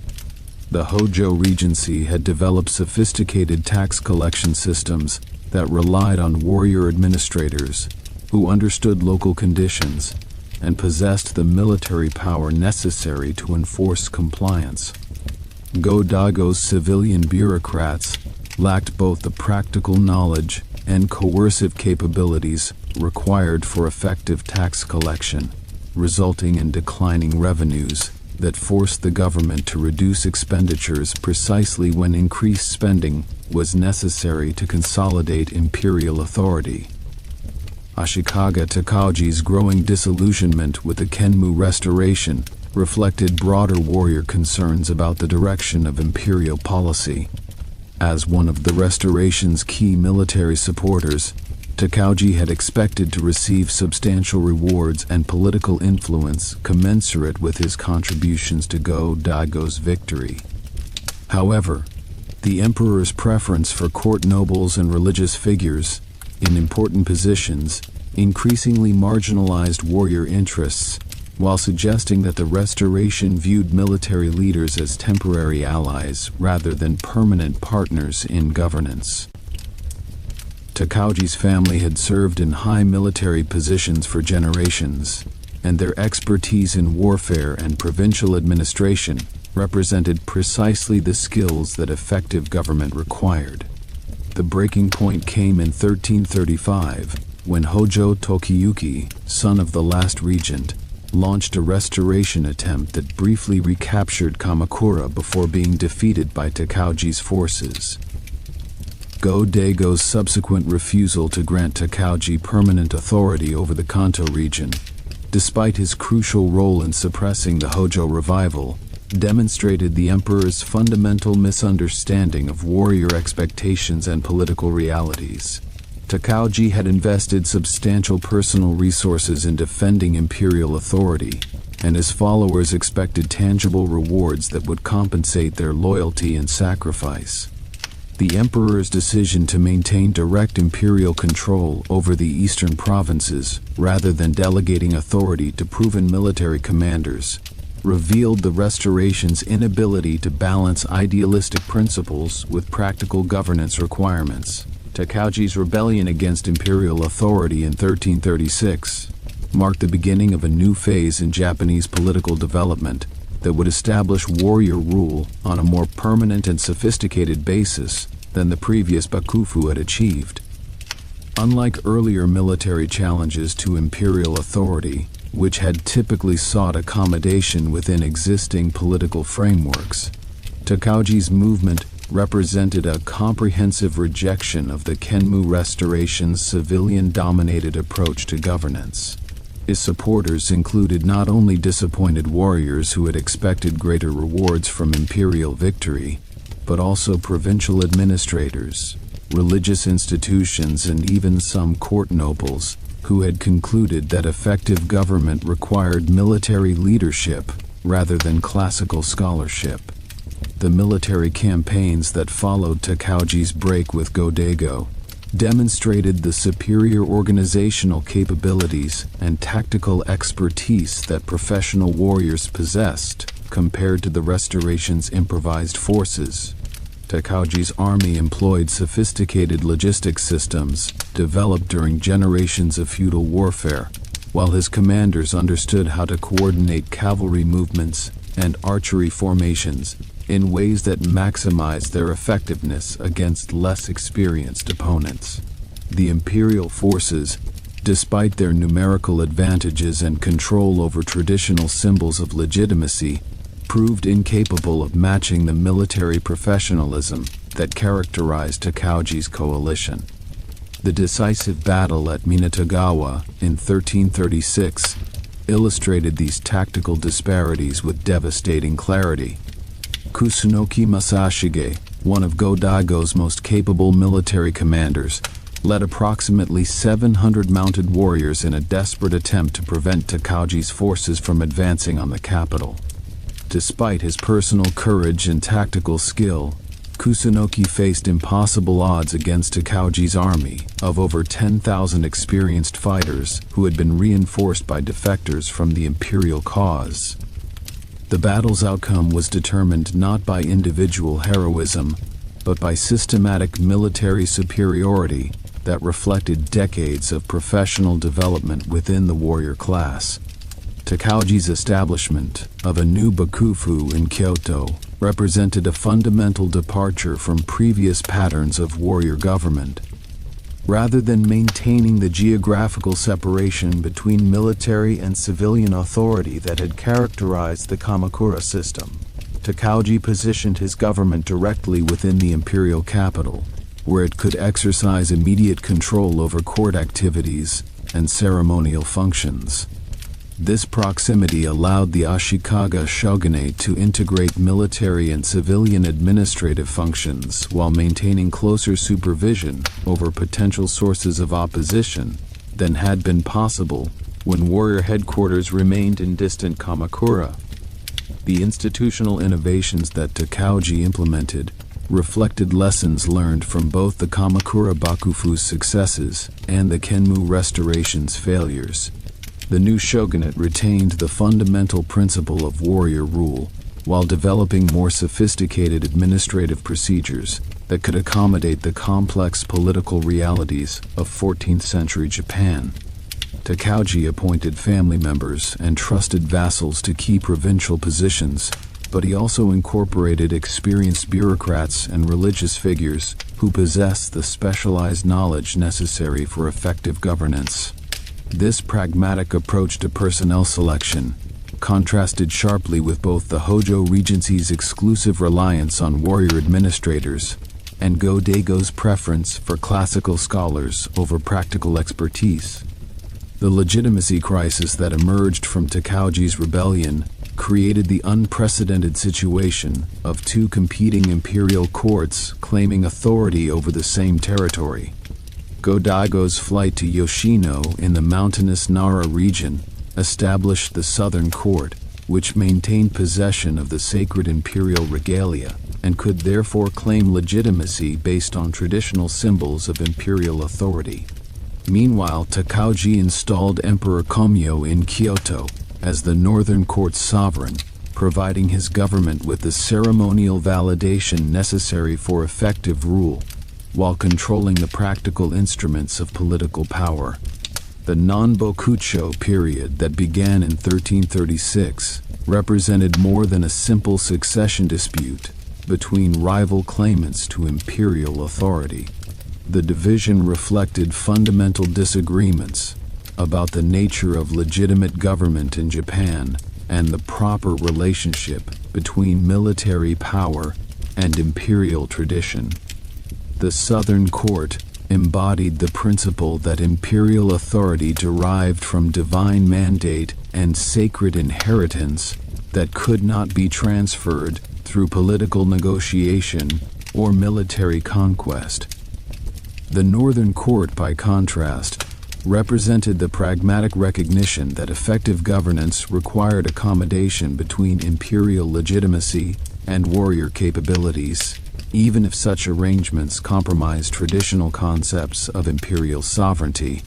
This constitutional crisis created opportunities for provincial strongmen to enhance their independence by playing the competing courts against each other while pursuing their own territorial ambitions. Local warriors could support whichever court offered the most favorable terms for their particular circumstances, switching allegiances when political conditions changed or when better opportunities emerged elsewhere. The result was a complex pattern of shifting loyalties that defied simple geographical or ideological categorization, as individual families made strategic calculations based on immediate self-interest rather than abstract political principles. The resolution of the Nanbokucho conflict in 1392, through Emperor Go-Kamiyama's abdication and the reunification of the imperial line under Northern Court auspices, marked the beginning of an extraordinary cultural renaissance that would define Japanese civilization for centuries. Ashikaga Yoshimitsu, the third shogun who had orchestrated this political reconciliation, possessed a sophisticated understanding of how cultural patronage could legitimize warrior rule while creating lasting monuments to Ashikaga authority. Unlike his predecessors, who had focused primarily on military consolidation and administrative efficiency, Yoshimitsu recognized that true political stability required the cultivation of arts, philosophy, and international prestige that would elevate the shogun's status beyond mere military dominance. The establishment of the Muromachi Bakufu in Kyoto's Muromachi district created unprecedented opportunities for cultural synthesis between warrior traditions and court refinement. The physical proximity between shogunal headquarters and imperial palaces facilitated daily interaction between military administrators and court nobles, fostering an environment where martial values could be tempered by aesthetic sophistication, while classical learning gained practical application through warrior patronage. This geographic integration contrasted sharply with the Kamakura period's deliberate separation of military and civilian cultures, allowing for cross-fertilization that produced distinctly Japanese innovations in architecture, literature, and religious practice. Zen Buddhism's rapid ascendancy during this period reflected both its philosophical appeal to warrior sensibilities and its practical utility as a diplomatic tool for international relations. The Rinzai school, which had been introduced from China during the late Kamakura period, found particular favor among the Ashikaga shoguns, who appreciated its emphasis on direct spiritual experience achieved through rigorous mental discipline rather than elaborate ceremonial observances. The religion's core principles, including self-reliance, intuitive understanding, and the rejection of external authorities in favor of personal enlightenment, resonated powerfully with warrior ideals, while providing intellectual frameworks that could accommodate both Confucian ethics and indigenous Shinto practices. The construction of major Zen temples, under shogunal patronage, transformed Kyoto's architectural landscape while establishing institutional centers for cultural development that extended far beyond religious activities. Shokoku-ji, founded by Yoshimitsu in 1382, exemplified the ambitious scope of these projects through its massive compound that included not only worship halls and meditation spaces, but also libraries, art studios, and guest quarters for visiting scholars and diplomats. The temple's main hall, measuring over 200 feet in length and rising to a height of nearly 100 feet, employed architectural techniques that combined traditional Japanese post and beam construction with Chinese innovations in roof design and interior spatial organization. The Golden Pavilion, or Kinkaku-ji, which Yoshimitsu constructed as part of his Kitayama Villa complex beginning in 1397, represented the pinnacle of this cultural synthesis through its unprecedented integration of residential, religious, and aesthetic functions within a single architectural statement.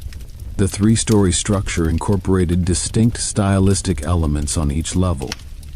The ground floor followed traditional Shinden-zukuri palace architecture favored by court nobles. The second story adopted the Bukzukuri style associated with warrior residences. The upper level employed purely Zen architectural principles, with its meditation hall and golden exterior that reflected seasonal changes in the surrounding landscape.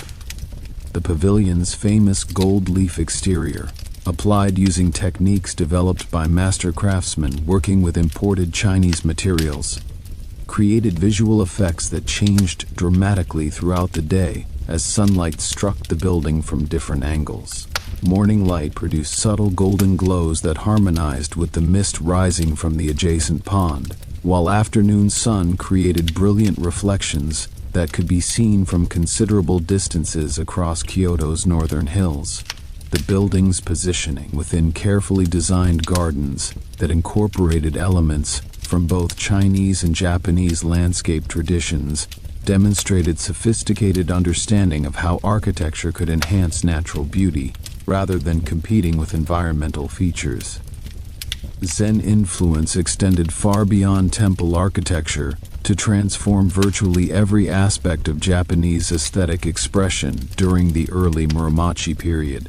The tea ceremony's development from a simple beverage service into an elaborate ritual art form reflected Zen principles of mindfulness, simplicity, and appreciation for subtle beauty found in everyday activities. Zen-influenced masters, working under the patronage of wealthy merchants and warrior families, established the fundamental procedures that would govern tea preparation for centuries, while creating philosophical frameworks that elevated practical activities into spiritual exercises. The formalization of tea ceremony protocols during this period involved meticulous attention to every aspect of the ritual experience, from the selection and preparation of utensils to the seasonal appropriateness of decorative elements and the proper comportment of participants. Tea masters developed specialized vocabularies that described precise movements, timing, and aesthetic considerations that distinguished accomplished practitioners from mere dilettantes. The ceremony's emphasis on wabi-sabi aesthetics, finding beauty in imperfection, impermanence, and incompleteness, provided philosophical alternatives to the ostentatious display that had characterized earlier aristocratic culture while creating new standards of refined taste that appealed to both warrior and merchant patrons. The rise of merchant guilds during the early Muromachi period fundamentally transformed Japan's economic landscape through the development of sophisticated commercial networks that operated independently of traditional agricultural production and warrior control. The Zie system, which had emerged during the late Kamakura period as loose associations of craftsmen and traders seeking mutual protection and market advantages, evolved into powerful economic institutions that could negotiate directly with provincial authorities and religious establishments while maintaining their own internal governance structures and quality control standards. Sakai's emergence as Japan's premier commercial center exemplified the dramatic changes occurring within the merchant class during this period. Located at the mouth of the Yamato River, where it emptied into Osaka Bay, Sakai possessed natural advantages for maritime trade, while maintaining land connections to Kyoto and the surrounding Kinai region's agricultural resources. The city's merchant families, many of whom had accumulated substantial wealth through generations of careful commercial activity, began investing in manufacturing enterprises that produced goods specifically for export markets rather than local consumption. The city's sword-making industry achieved international recognition for producing blades that combined traditional Japanese metallurgical techniques with innovations learned through contact with Chinese and Korean craftsmen.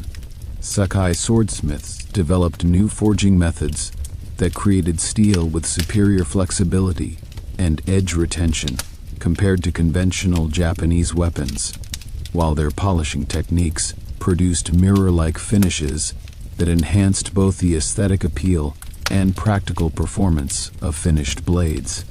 These weapons commanded premium prices in overseas markets, particularly in China, where Japanese swords were prized by military officers and wealthy collectors who appreciated their superior craftsmanship.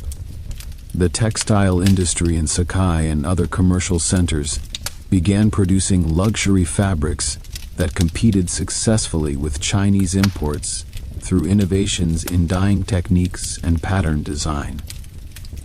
Japanese weavers developed new methods for creating complex geometric patterns using multiple colored threads, while dyers experimented with plant-based pigments that produced colors unavailable through conventional techniques. The resulting fabrics appealed to both domestic and foreign markets, with Chinese merchants paying substantial premiums for Japanese textiles that displayed distinctive aesthetic qualities not found in their own products. Diplomatic relations with Ming China reached unprecedented levels of sophistication during Yoshimitsu's reign through the implementation of the tally trade system that provided formal frameworks for commercial and cultural exchange between the two nations. The Kango-Boki arrangements, negotiated through complex diplomatic protocols that required careful attention to ceremonial precedent and mutual face-saving, established Japan as a tributary state within the Chinese world order, while preserving practical independence in domestic affairs. This relationship provided substantial economic benefits through access to Chinese markets and luxury goods, while creating opportunities for cultural exchange that enriched Japanese civilization without compromising its distinctive characteristics.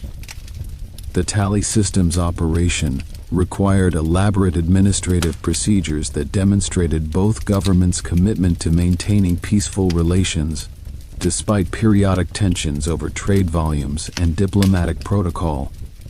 Chinese authorities issued numbered tallies to authorize Japanese merchants that served as passports and trade licenses, while Japanese officials maintained careful records of all transactions to ensure compliance with agreed-upon limitations on export quantities and product categories.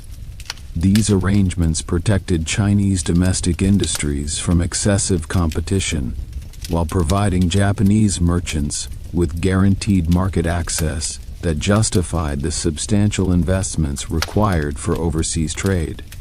Japanese diplomatic missions to the Ming capital at Nanjing became elaborate cultural exhibitions that showcased Japanese artistic achievements while gathering intelligence about Chinese political developments and technological innovations. These embassies included not only government officials and merchants, but also artists, scholars, and craftsmen who could demonstrate Japanese capabilities while learning from their Chinese counterparts. The exchange of gifts between the two courts involved precious objects that represented the highest levels of artistic achievement in both cultures, creating competitive pressures that stimulated innovation and quality improvement in luxury crafts. The cultural impact of these diplomatic exchanges extended far beyond immediate commercial benefits to influence Japanese artistic development in fundamental ways. Chinese painting techniques, particularly those associated with Zen Buddhist art, were adapted by Japanese artists who combined them with indigenous aesthetic traditions to create distinctively Japanese styles that would influence East Asian art for centuries. The importation of Chinese books and scholarly works provided Japanese intellectuals with access to contemporary developments in philosophy, literature, and scientific knowledge, while stimulating domestic scholarship that built upon foreign learning to address specifically Japanese concerns. Zen monastery schools emerged as crucial institutions for transmitting this imported knowledge, while developing distinctively Japanese approaches to education and scholarship. These institutions attracted students from warrior families who sought cultural refinement as well as religious instruction, creating educational environments that combined practical training in military arts with sophisticated study of literature, philosophy, and artistic techniques. The monastery's libraries accumulated vast collections of Chinese texts, while producing original Japanese works that demonstrated mastery of foreign learning and its creative adaptation to domestic circumstances. The development of Japanese ink painting during this period exemplified the successful synthesis of foreign techniques with indigenous aesthetic sensibilities that characterized Muromachi cultural achievements. Artists like Sesshu, who studied in China during the 1460s, mastered Chinese landscape painting methods while developing distinctively Japanese approaches to composition and subject matter that reflected the archipelago's unique geographical features and cultural traditions.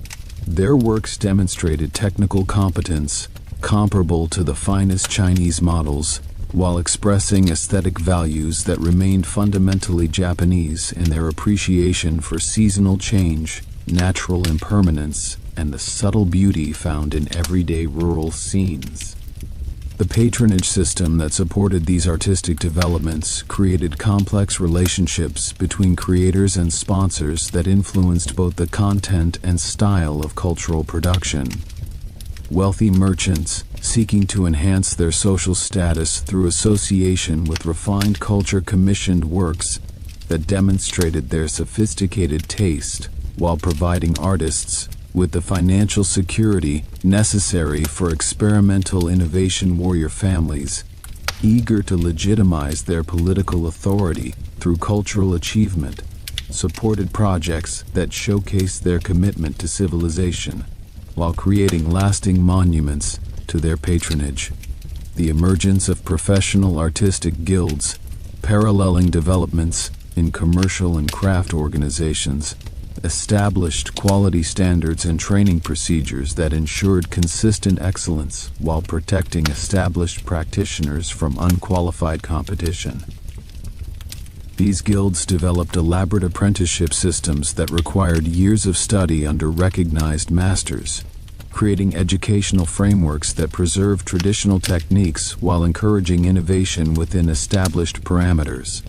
The guild system's emphasis on collective responsibility for maintaining artistic standards created peer pressure for excellence that elevated the overall quality of Japanese cultural production. The cultural flowering that had characterized the early Muromachi period came to an abrupt and violent end when rival factions within the Ashikaga shogunate finally abandoned diplomatic maneuvering in favor of armed conflict during the spring of 1467. The Onin War, which would devastate Kyoto for the next decade, began ostensibly as a succession dispute over who would inherit the position of 8th Ashikaga shogun, but it quickly evolved into a comprehensive breakdown of the political arrangements that had maintained relative stability for nearly 3/4 of a century. The conflict's immediate trigger involved the rivalry between Hosokawa Katsumoto and Yamana Sozen, two of the most powerful Shugo daimyo, whose accumulated grievances and territorial ambitions had reached irreconcilable levels by the mid-1460s. Hosokawa Katsumoto commanded the Eastern Army, which initially supported Ashikaga Yoshimi's claim to succeed his brother Yoshimasa as shogun, while Yamana Sozen led the Western Army backing the infant Yoshihisa, son of Yoshimasa and his wife Hinotomiko. However, these nominal succession issues masked deeper structural problems within the shogunal system that had been developing since the early 15th century. The Shugo daimyo had gradually accumulated territorial holdings and military resources that rivaled or exceeded the shogun's own power base, creating a situation where provincial governors possessed the capability to challenge central authority whenever their interests conflicted with shogunal policies. The delicate balance that had previously maintained order depended on the shogun's ability to mediate between competing factions while preventing any single daimyo from accumulating overwhelming advantages. But Yoshimasa's political weakness and personal indifference to governance had allowed these tensions to escalate beyond peaceful resolution. The war's opening phases demonstrated how completely the traditional mechanisms of conflict resolution had broken down within Japanese political society. Previous disputes between major daimyo families had typically been resolved through shogunal mediation, marriage alliances, or territorial adjustments that addressed underlying grievances without requiring extensive military action. The elaborate diplomatic protocols that had governed relations between warrior families for generations proved utterly inadequate when both sides possessed comparable military strength, and neither was willing to accept compromise solutions that might appear to diminish their status or territorial control. The result was armed conflict on a scale that Japan had not experienced since the Genpei War nearly 3 centuries earlier. The fighting that erupted in Kyoto during the summer of 1467 transformed Japan's ancient capital into a battlefield where heavily armored cavalry charged through streets that had previously witnessed only ceremonial processions and religious festivals. The Eastern Army established fortified positions in the northeastern sections of the city, constructing elaborate earthworks and palisades that turned residential districts into military compounds defended by thousands of Ashigaru foot soldiers armed with spears, crossbows, and the earliest firearms that had begun appearing in Japanese arsenals.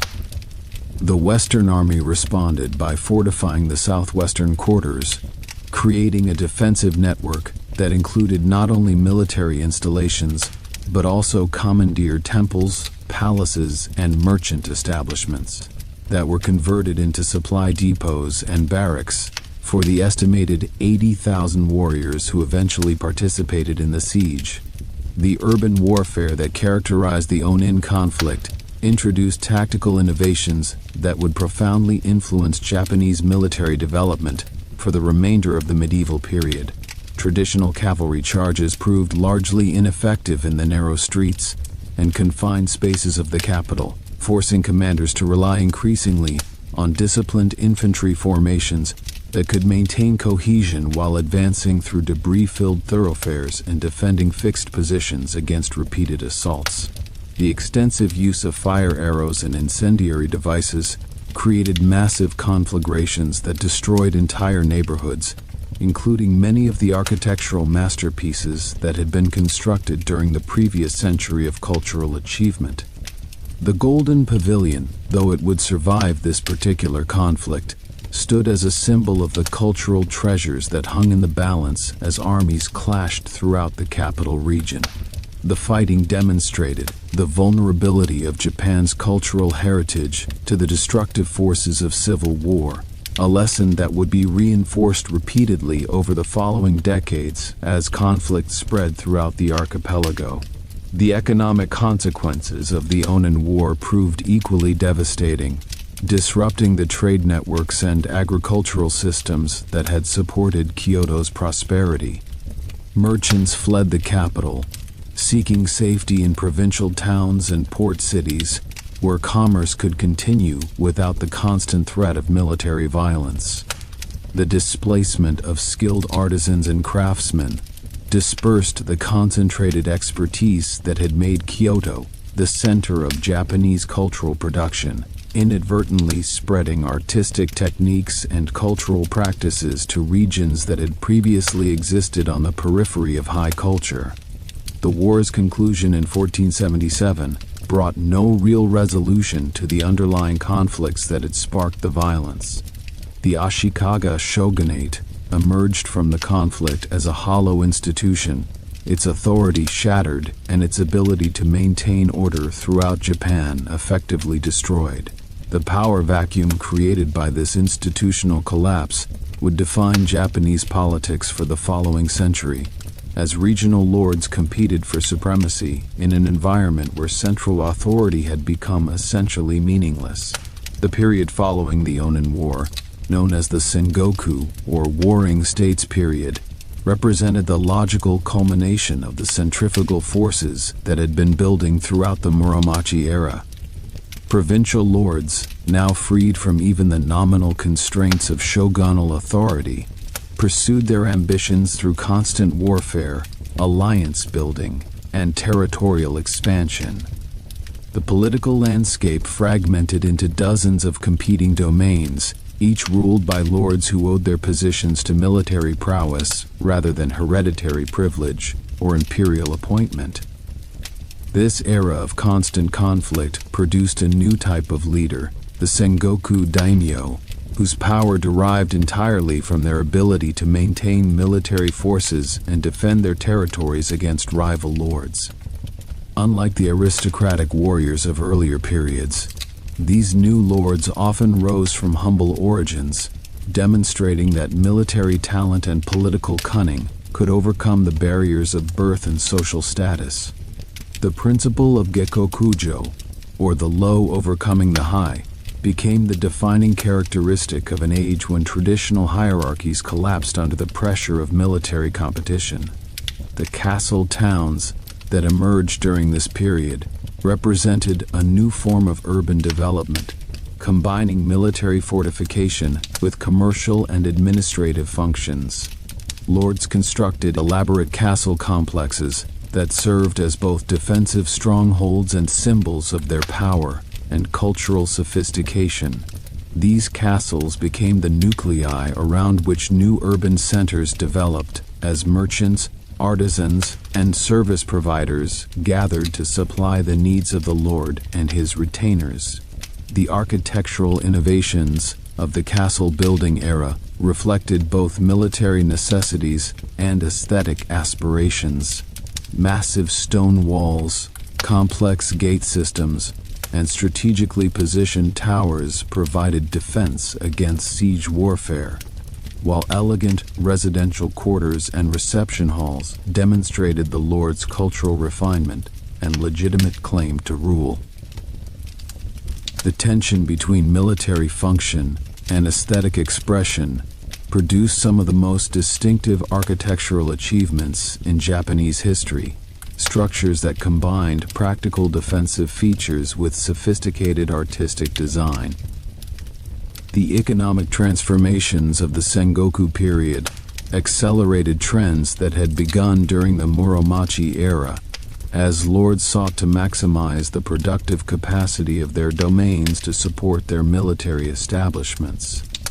Agricultural improvements, including better irrigation systems, new crop varieties, and more efficient farming techniques, increased yields and supported larger populations. Mining operations expanded dramatically as lords sought the precious metals needed to finance their military campaigns and the iron required for weapons production. Commercial development flourished despite, or perhaps because of, the constant warfare, as merchants found opportunities in supplying military forces and facilitating trade between competing domains.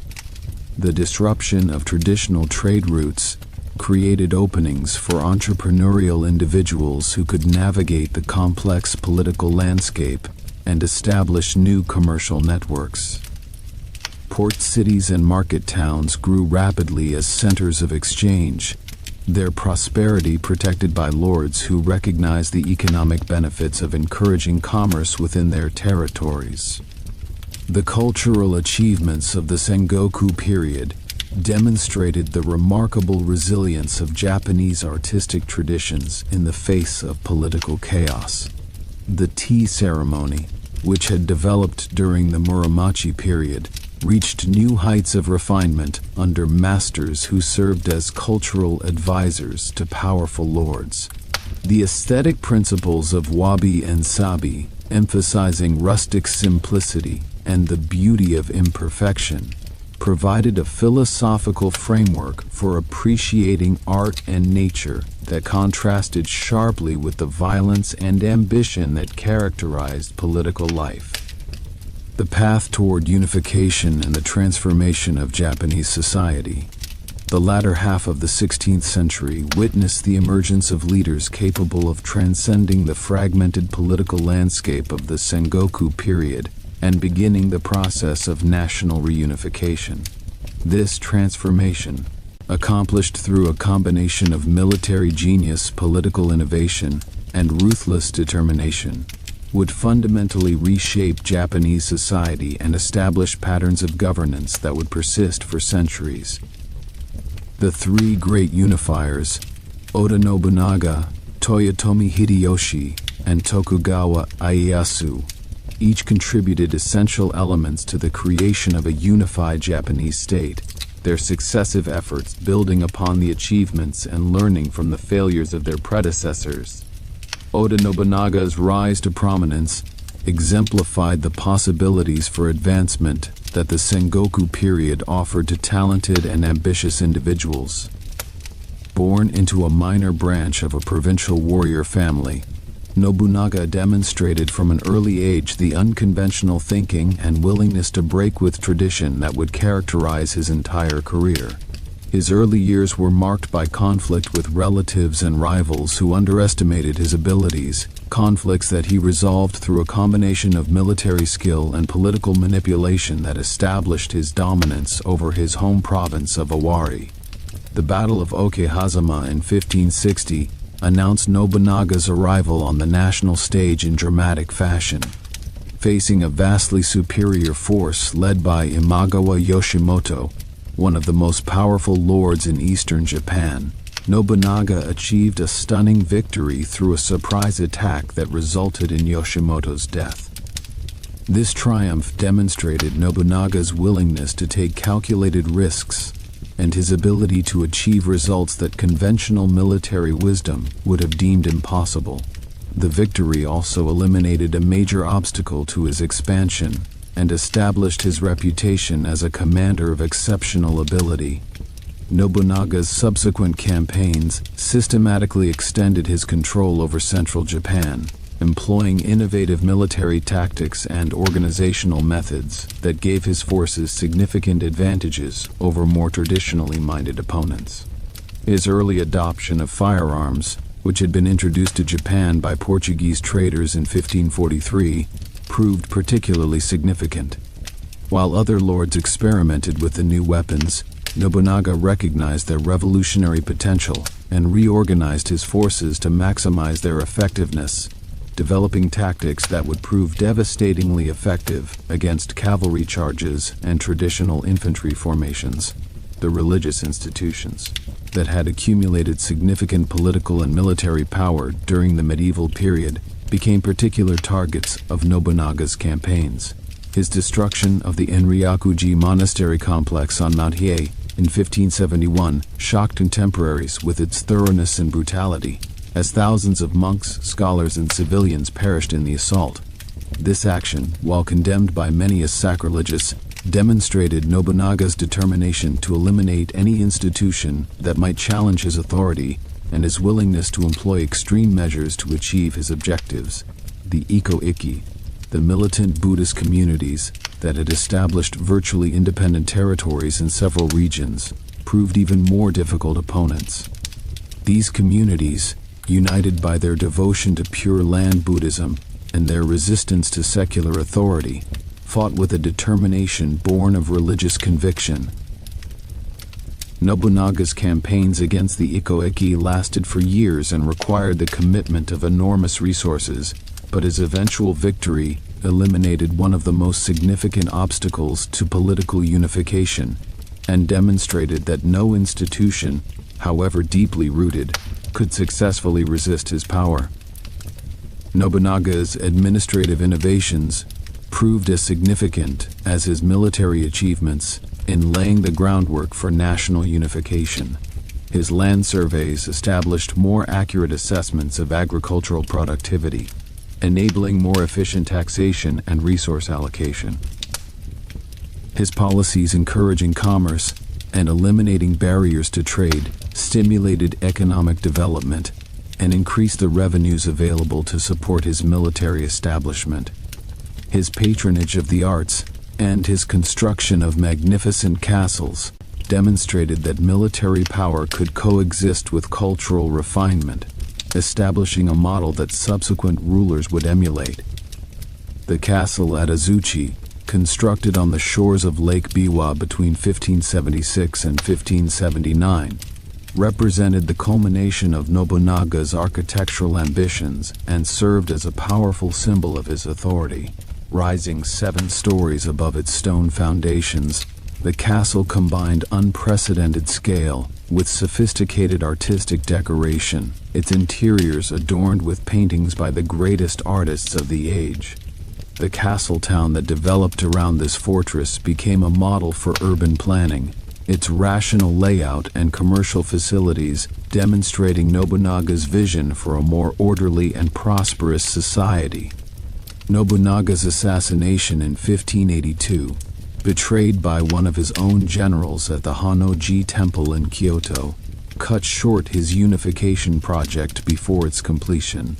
At the time of his death, he controlled approximately 1/3 of Japan's provinces and had established the military and administrative foundations for further expansion.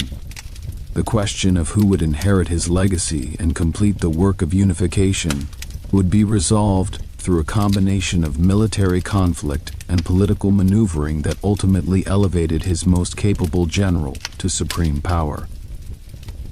Toyotomi Hideyoshi's rise from humble origins to become the effective ruler of Japan represented perhaps the most remarkable personal achievement in Japanese history. Born into a peasant family, Hideyoshi entered Nobunaga's service as a common foot soldier and rose through the ranks through a combination of military talent, political skill, and personal charm. His ability to inspire loyalty among his followers and to negotiate successfully with potential rivals proved as important as his battlefield achievements in his ascent to power. Following Nobunaga's death, Hideyoshi moved with remarkable speed to position himself as the legitimate heir to his master's legacy.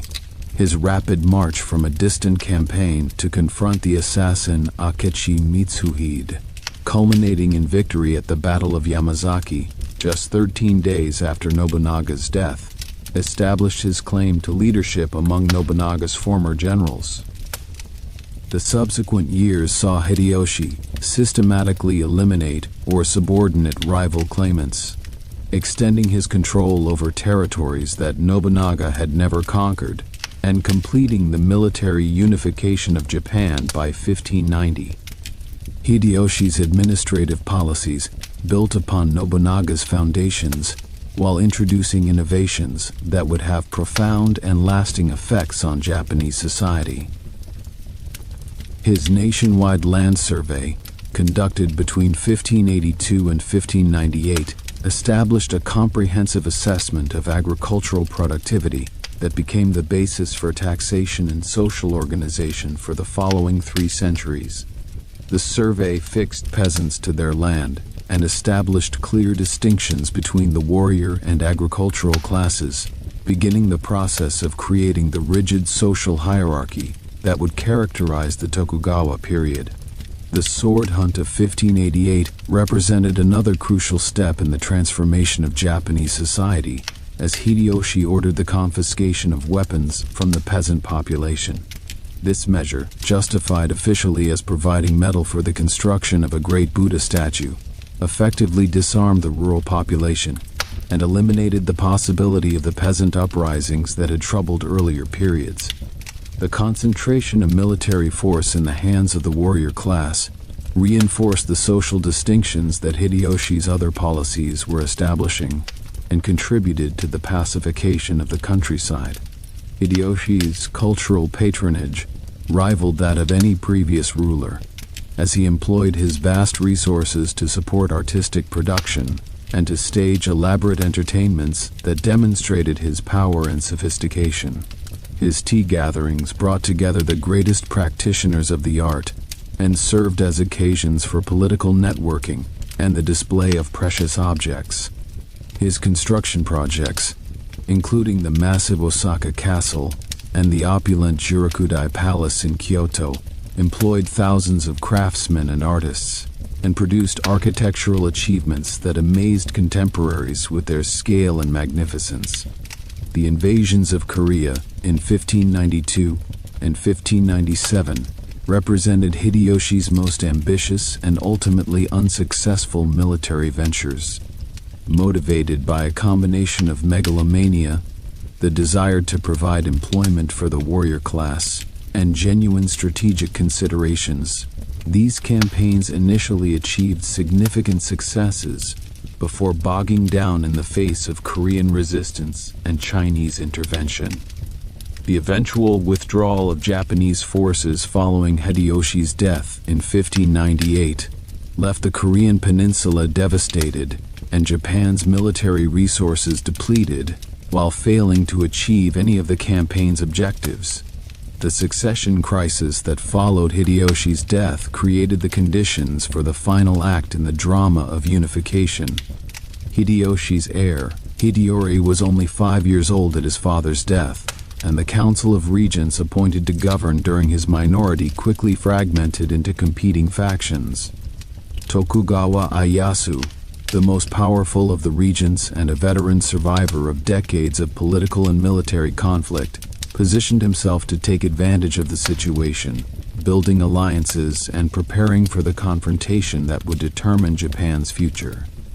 The establishment of Tokugawa hegemony and the architecture of lasting peace, the Battle of Sekigahara in 1600, stands as one of the most decisive military engagements in Japanese history, a confrontation that determined the political trajectory of the nation for the following 2.5 centuries.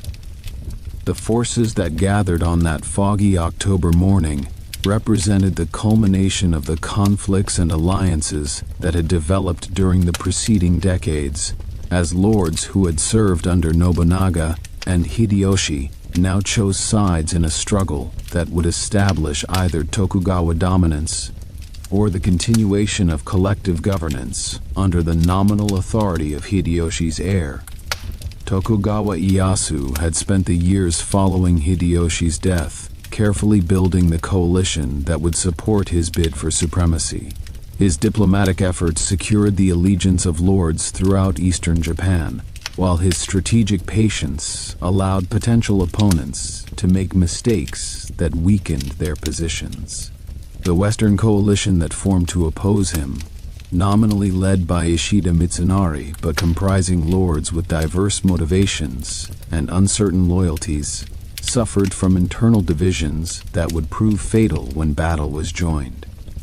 The battle itself lasted only a few hours, but its outcome was determined as much by treachery as by military prowess.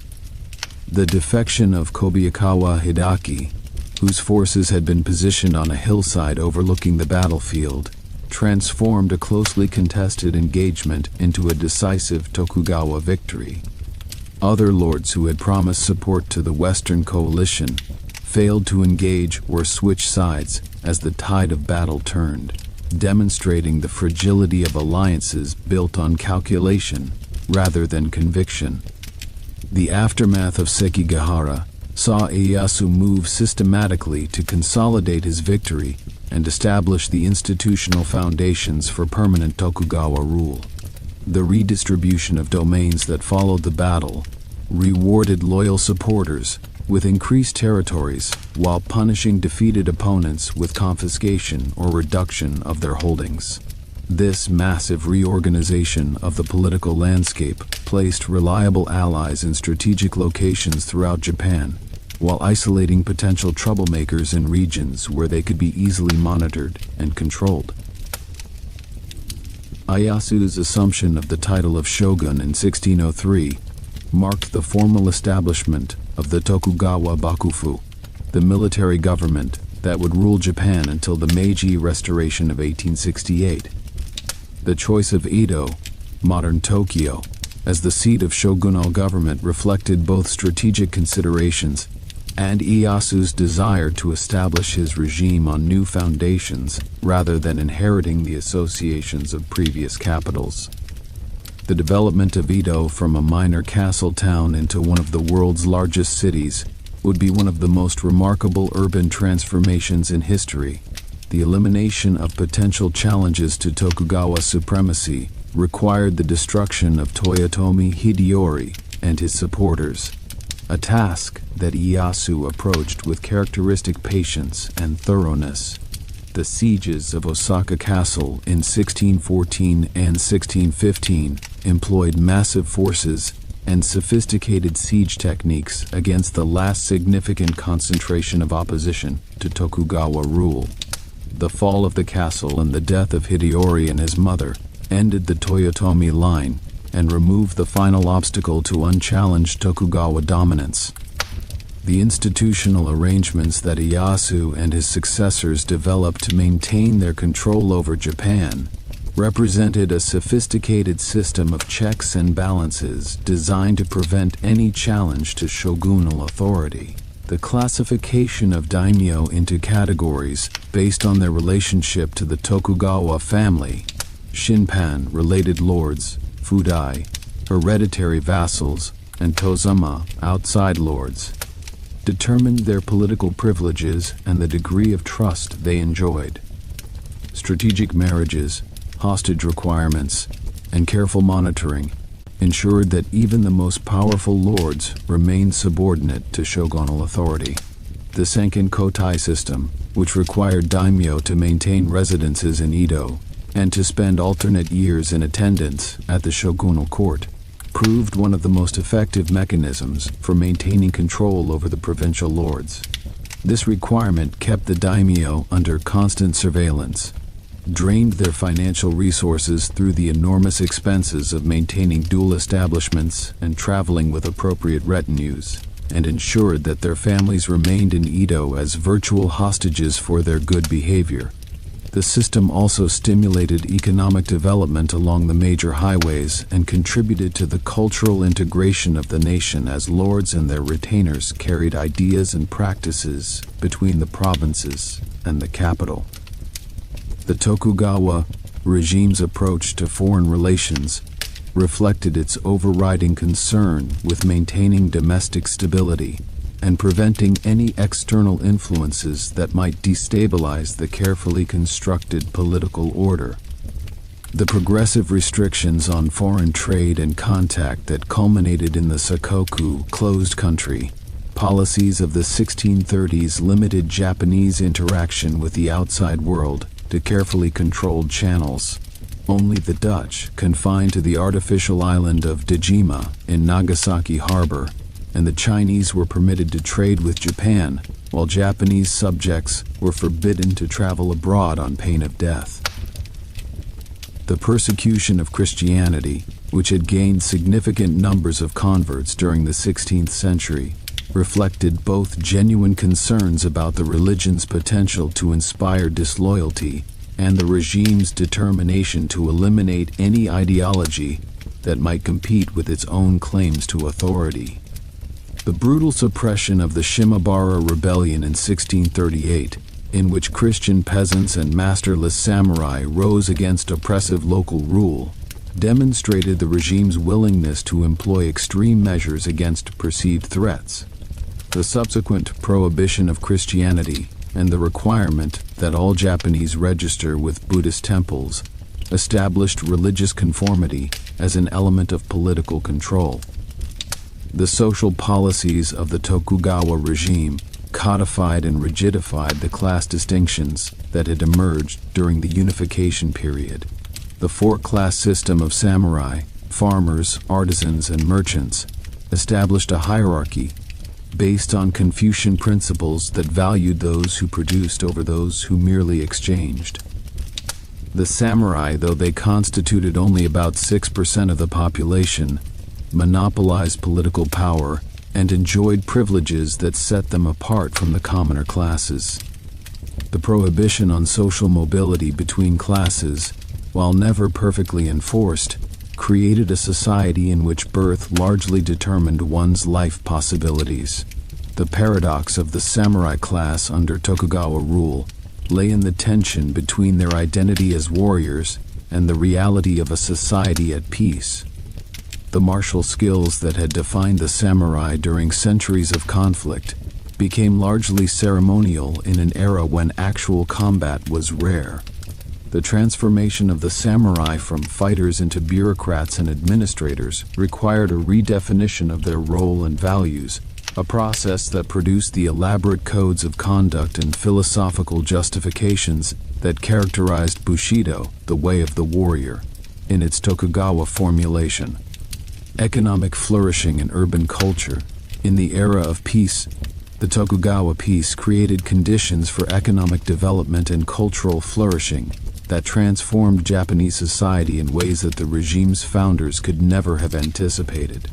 The stability that the Bakufu maintained, combined with the institutional arrangements that channeled daimyo resources into consumption rather than military preparation, stimulated commercial growth and urban development on an unprecedented scale. The contradiction between the regime's official ideology, which denigrated commerce and merchants, and the economic realities of a society increasingly dependent on market exchange, would become one of the defining tensions of the Tokugawa period. Agricultural productivity increased substantially during the 17th century, as peace allowed farmers to invest in improvements that would have been impossible during the chaos of the Sengoku period. New land was brought under cultivation through drainage projects, irrigation systems, and the clearing of forests. Improved farming techniques, including better tools, more effective fertilizers, and the introduction of new crop varieties, increased yields on existing farmland. The spread of commercial crops such as cotton, tobacco, and silk expanded the range of agricultural production and integrated rural areas more fully into the market economy. The growth of cities represented one of the most dramatic transformations of the Tokugawa period. Edo grew from a small castle town at the beginning of the 17th century to a metropolis of over 1 million inhabitants by the early 18th century, making it one of the largest cities in the world. Osaka developed as the commercial capital of Japan, its merchants controlling the rice trade and financial networks that linked the national economy. Kyoto retained its importance as the center of traditional culture and craft production, its artisans supplying the luxury goods demanded by the wealthy throughout the country. The castle towns that served as the administrative centers of the various domains also experienced significant growth, as samurai, merchants, and artisans gathered around the seats of daimyo power.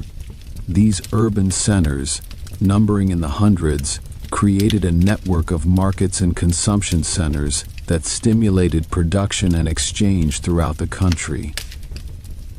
The development of transportation infrastructure, including improved roads and coastal shipping routes, facilitated the movement of goods between these urban centers and integrated regional economies into a national market. The merchant class, despite its low position in the official social hierarchy, accumulated wealth and influence that belied its theoretical status. The great merchant houses of Osaka and Edo developed sophisticated business practices, including double-entry bookkeeping, futures trading, and complex credit arrangements that rivaled contemporary European commercial techniques. These merchants financed daimyo expenditures, managed the conversion of rice taxes into cash, and controlled the distribution networks that supplied urban populations with necessities and luxuries alike. The culture that emerged in the cities of Tokugawa Japan reflected the tastes and values of the urban commoners who constituted its primary audience and patrons. The pleasure quarters, officially designated areas where prostitution, entertainment, and various forms of leisure activity were concentrated, became centers of cultural innovation and artistic production. The Yoshiwara in Edo, the Shimabara in Kyoto, and similar districts in other cities created spaces where the rigid social hierarchies of the outside world were temporarily suspended, and where new forms of art and entertainment could flourish. Kabuki theater developed during the 17th century into one of the most distinctive and popular art forms of the Tokugawa period. Combining dramatic narrative, elaborate costumes, stylized acting, and musical accompaniment, Kabuki productions attracted audiences from all social classes and addressed themes ranging from historical epics to contemporary scandals. The great actors of the Kabuki stage became celebrities whose images were reproduced in woodblock prints and whose personal lives fascinated the urban public. The Bunraku puppet theater offered an alternative form of dramatic entertainment that achieved remarkable sophistication during the late 17th and early 18th centuries. The collaboration between the playwright Chikamatsu Monzaemon, often called the Shakespeare of Japan, and the chanters and puppeteers of the Osaka theaters produced works of genuine literary merit that explored the conflicts between social obligation and personal desire that characterized life in Tokugawa society. The puppet theater's ability to represent scenes of violence and passion that would have been difficult to stage with live actors gave it certain advantages in dramatic expression. The woodblock print, or ukiyo-e, emerged as the characteristic visual art form of urban commoner culture. These prints, produced in large editions and sold at prices that made them accessible to ordinary townspeople, depicted the celebrities of the pleasure quarters, scenes from kabuki performances, landscapes, and various aspects of urban life. The technical innovations that printmakers developed, including the use of multiple color blocks and sophisticated registration techniques, produced images of remarkable beauty and visual impact that would later influence Western artists when Japan opened to foreign contact in the 19th century. Literature flourished in forms that reflected the interests and experiences of urban audiences. The haiku, perfected by Matsuo Basho in the late 17th century, distilled poetic expression into 17 syllables that captured moments of insight or beauty with remarkable economy. The novels of Ihara Saikaku explored the world of merchants and courtesans with wit and psychological acuity, while the travel writings of Basho and others celebrated the landscapes and cultural sites of Japan in prose that combined personal reflection with literary allusion. The publishing industry that developed to serve urban readers represented a significant cultural innovation, making written works available to audiences far larger than the elite circles that had previously monopolized literary culture. Commercial publishers in Osaka, Kyoto, and Edo produced books on every conceivable subject, from classical literature and Confucian philosophy to practical guides for merchants and farmers. The spread of literacy, encouraged by the temple schools that provided basic education to commoner children, created a reading public whose demands shaped the development of popular literature.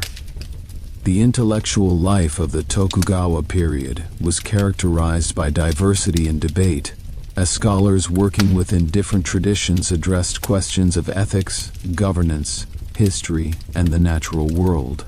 Neo-Confucianism, particularly the school associated with Zhu Xi, provided the official ideology of the regime and shaped the education of the samurai class.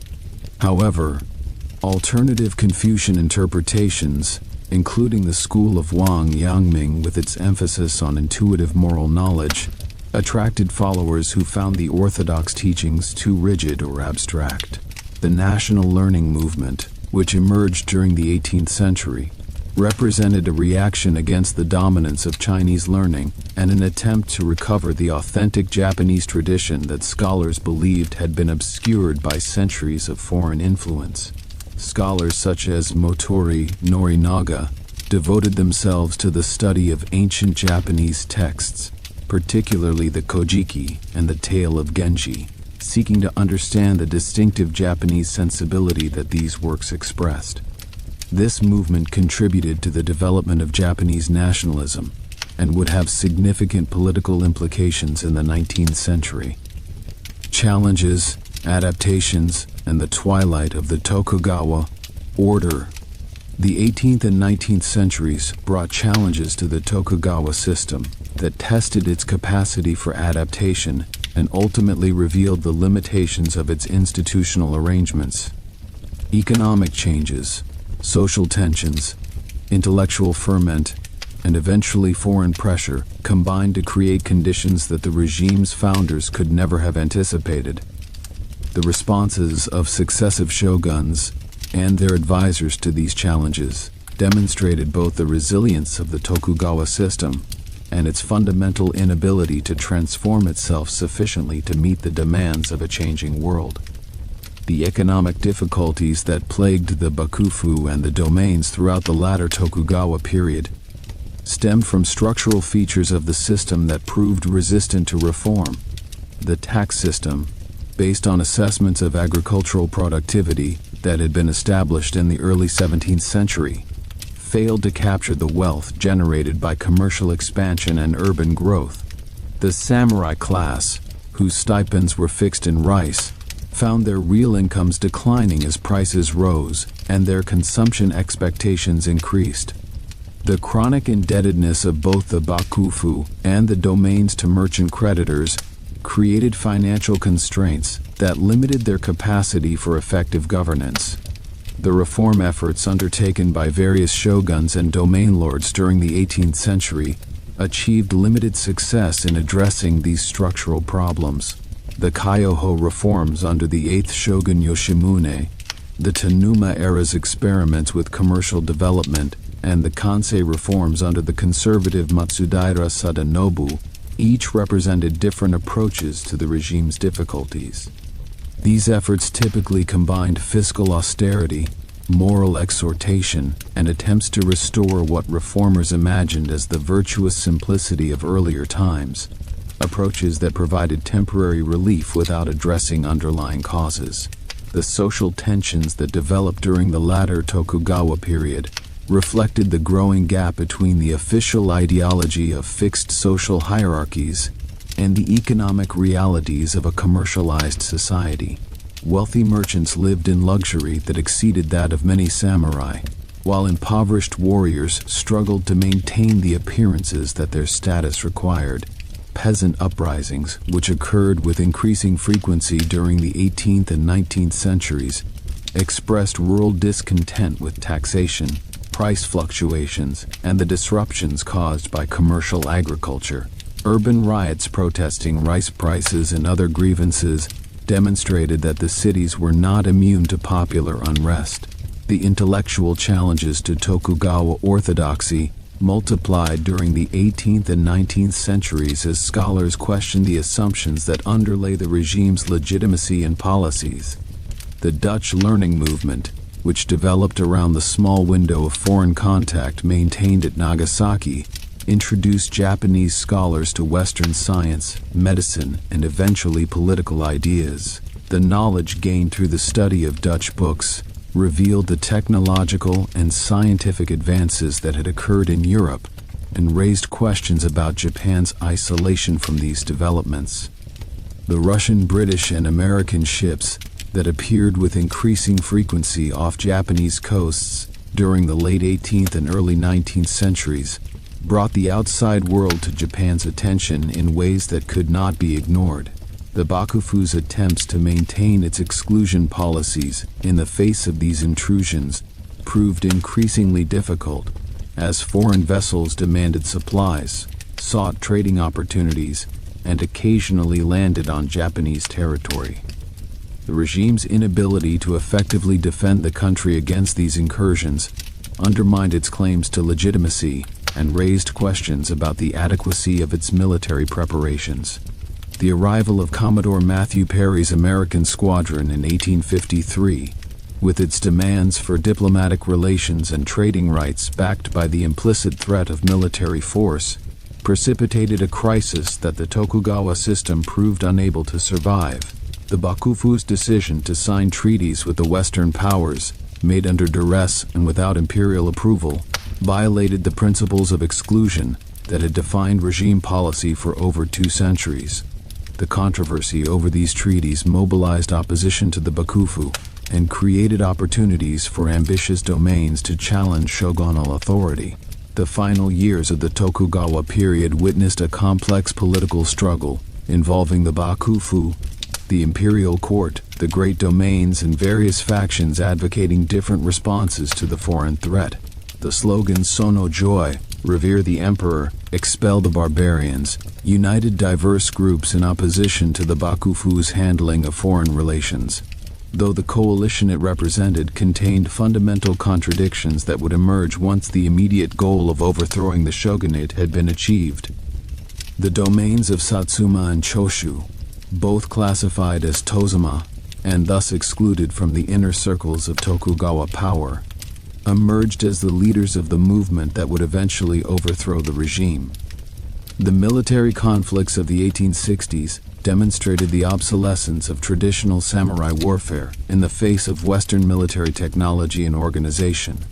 The bombardment of Kagoshima by British warships in 1863 and the multinational attack on Shimonoseki in 1864 convinced the leaders of Satsuma and Choshu that Japan must acquire Western military capabilities rather than attempt to expel the foreigners by force. The modernization programs that these domains undertook, including the purchase of Western weapons and the reorganization of their military forces along Western lines, gave them decisive advantages in the conflicts that followed. The resignation of the last Tokugawa shogun in 1867 and the subsequent declaration of imperial restoration marked the formal end of the Tokugawa period, though armed resistance by Bakufu loyalists continued into 1869. Meiji Restoration, as this political transformation came to be known, initiated a period of rapid modernization that would transform Japan from an isolated feudal society into a major industrial and military power within a few decades. The new regime drew upon both Western models and Japanese traditions in constructing the institutions of the modern Japanese state.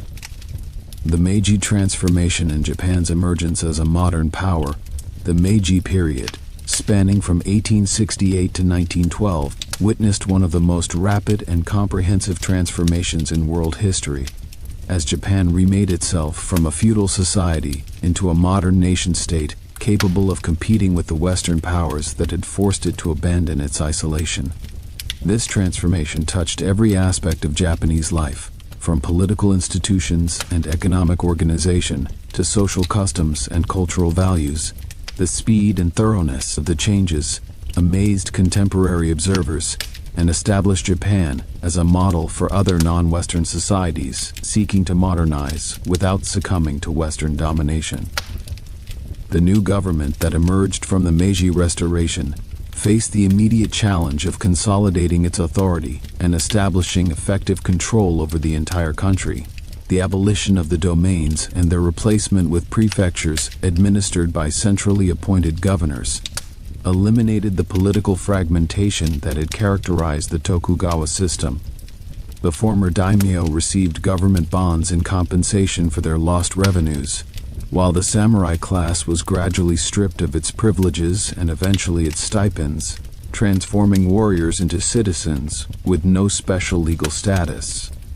The creation of a modern military establishment represented one of the new regime's highest priorities, as the leaders recognized that Japan's independence depended on its ability to defend itself against potential foreign aggression.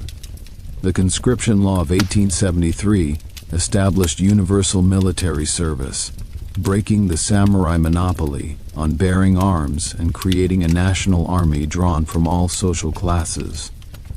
The new military forces were organized, trained, and equipped along Western lines, with French advisors initially shaping the army and British influence predominant in the navy. The economic modernization that the Meiji government promoted combined state initiative with private enterprise in ways that would characterize Japanese development for the following century. The government invested heavily in infrastructure, including railroads, telegraph lines, and port facilities that provided the foundation for industrial growth.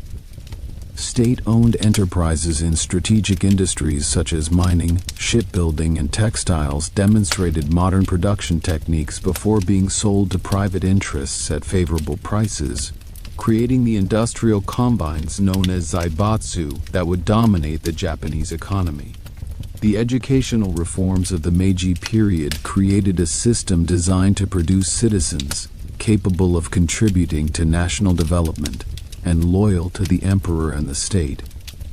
Universal elementary education, mandated by law from 1872, achieved near-complete literacy within a generation and provided the skilled workforce that industrial development required.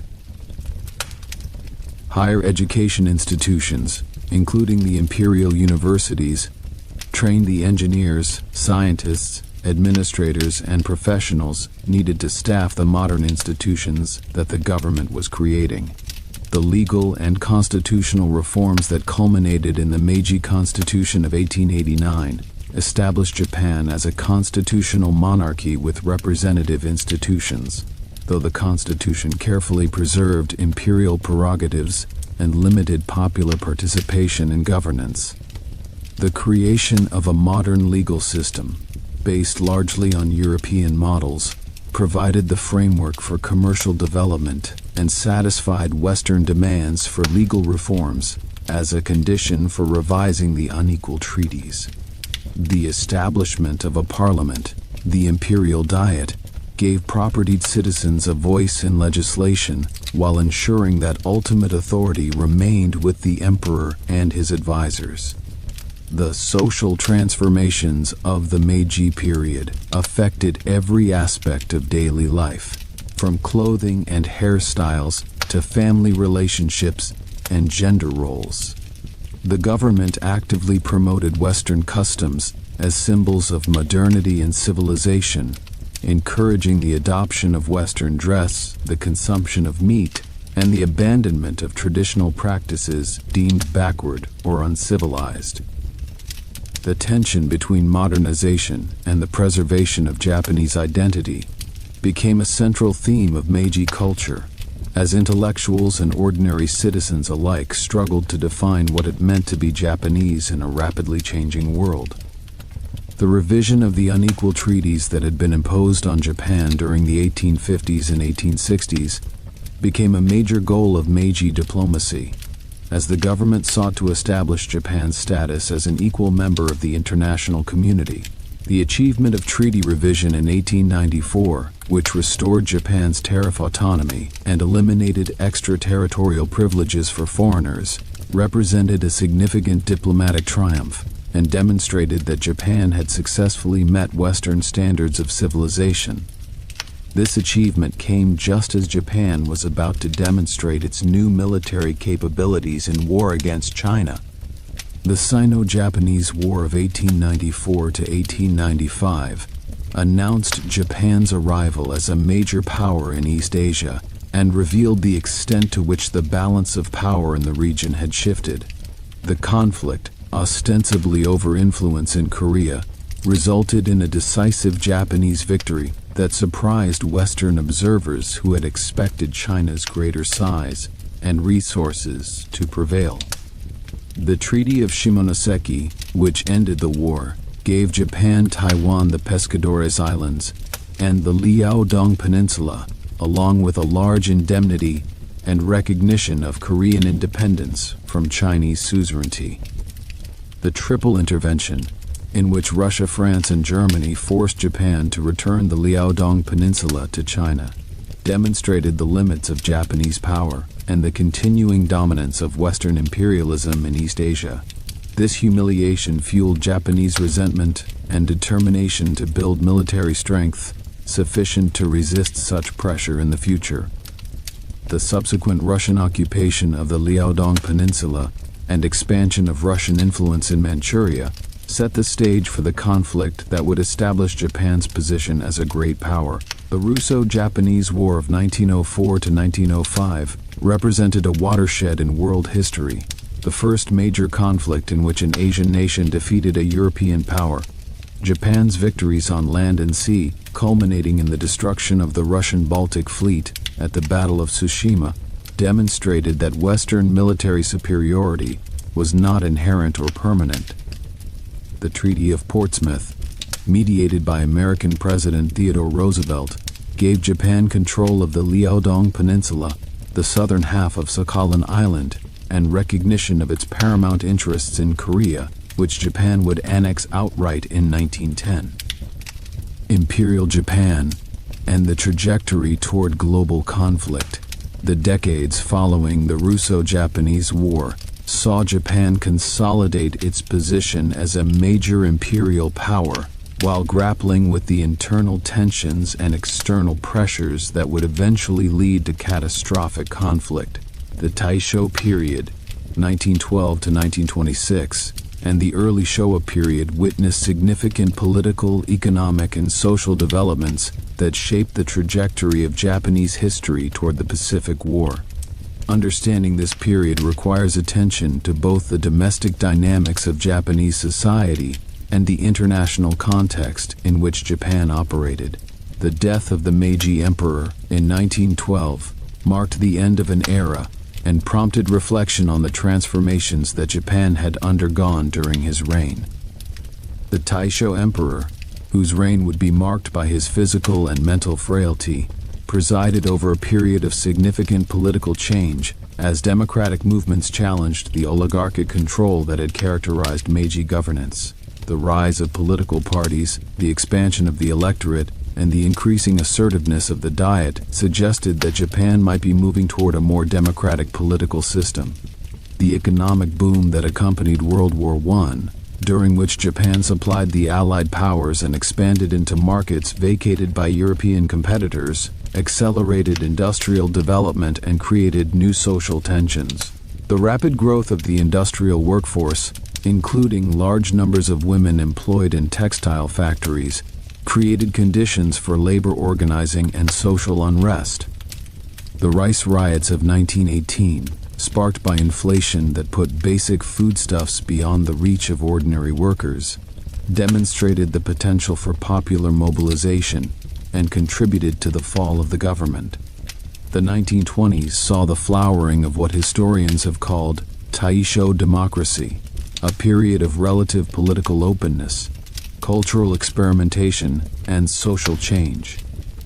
Universal male suffrage, achieved in 1925, expanded political participation significantly, though the simultaneous passage of the Peace Preservation Law provided authorities with tools to suppress radical movements. Urban culture flourished, with modern department stores, cafes, cinemas, and dance halls offering new forms of consumption and entertainment. The modern girl and modern boy became symbols of a generation that embraced Western fashions and lifestyles. The international environment of the 1920s seemed to offer opportunities for Japan to pursue its interests through cooperation rather than confrontation. The Washington Naval Treaty of 1922 established limits on naval armaments that Japan accepted, though some military officers resented the inferior ratios assigned to Japan compared to the United States and Britain. Japan's participation in the League of Nations and various international agreements suggested integration into the liberal international order that the victorious powers of World War I were attempting to construct. The Great Depression that began in 1929 devastated the Japanese economy and undermined the political forces that had supported international cooperation and democratic governance. The collapse of silk prices, Japan's major export, impoverished rural areas that had already been struggling. Urban unemployment and business failures created conditions of desperation that radical movements of both left and right sought to exploit. The apparent failure of liberal capitalism and democratic politics discredited the parties and politicians associated with these systems. The military's growing influence over Japanese politics during the 1930s reflected both institutional factors and the broader crisis of confidence in civilian leadership. The independence of the military from civilian control, enshrined in the Meiji Constitution, allowed officers to pursue policies that contradicted or undermined government decisions. The assassination of political and business leaders by young officers who believed they were acting to purify the nation and restore imperial rule created an atmosphere of intimidation that constrained civilian politicians.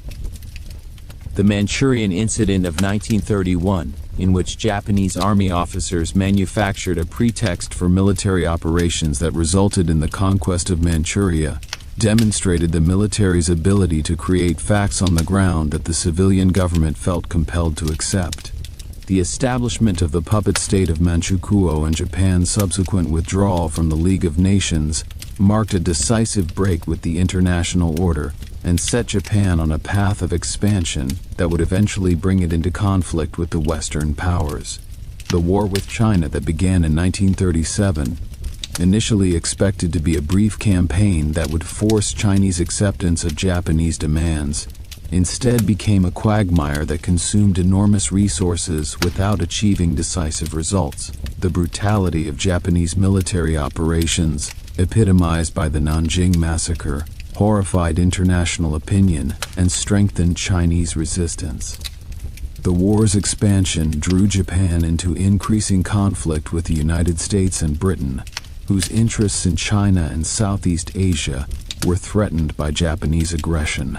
The decision to attack Pearl Harbor in December 1941 represented a desperate gamble by Japanese leaders who believed that war with the United States was inevitable, and that Japan's best chance lay in striking first to neutralize American naval power in the Pacific. The initial successes of the Pacific War, which saw Japanese forces conquer a vast empire stretching from Burma to the Central Pacific, seemed to vindicate this strategy. However, the fundamental disparity in industrial capacity between Japan and the United States meant that time favored the Americans, who could replace their losses while Japan could not. The turning point came at the Battle of Midway in June 1942, when American forces destroyed 4 Japanese aircraft carriers and shifted the balance of naval power in the Pacific. The subsequent American strategy of island hopping, bypassing strongly defended Japanese positions while seizing bases that could support further advances, steadily pushed Japanese forces back toward the home islands. The firebombing of Japanese cities, which killed hundreds of thousands of civilians and destroyed much of Japan's urban infrastructure, demonstrated the vulnerability of the home islands to American air power. The atomic bombings of Hiroshima and Nagasaki in August 1945, combined with the Soviet declaration of war and invasion of Manchuria, finally convinced Japanese leaders that continued resistance was futile. The emperor's unprecedented radio broadcast announcing Japan's surrender marked the end of the Pacific War and the beginning of a new era in Japanese history. The American occupation that followed would transform Japanese society once again, establishing democratic institutions and renouncing war as an instrument of national policy. The trajectory of Japanese history from the ancient period through the modern era reveals patterns of adaptation, transformation, and resilience that have characterized this island nation's engagement with the challenges of geography, culture, and international relations. The ability to absorb foreign influences while maintaining a distinctive identity, to transform institutions in response to changing circumstances, and to recover from catastrophic setbacks has enabled Japan to survive and flourish through centuries of change.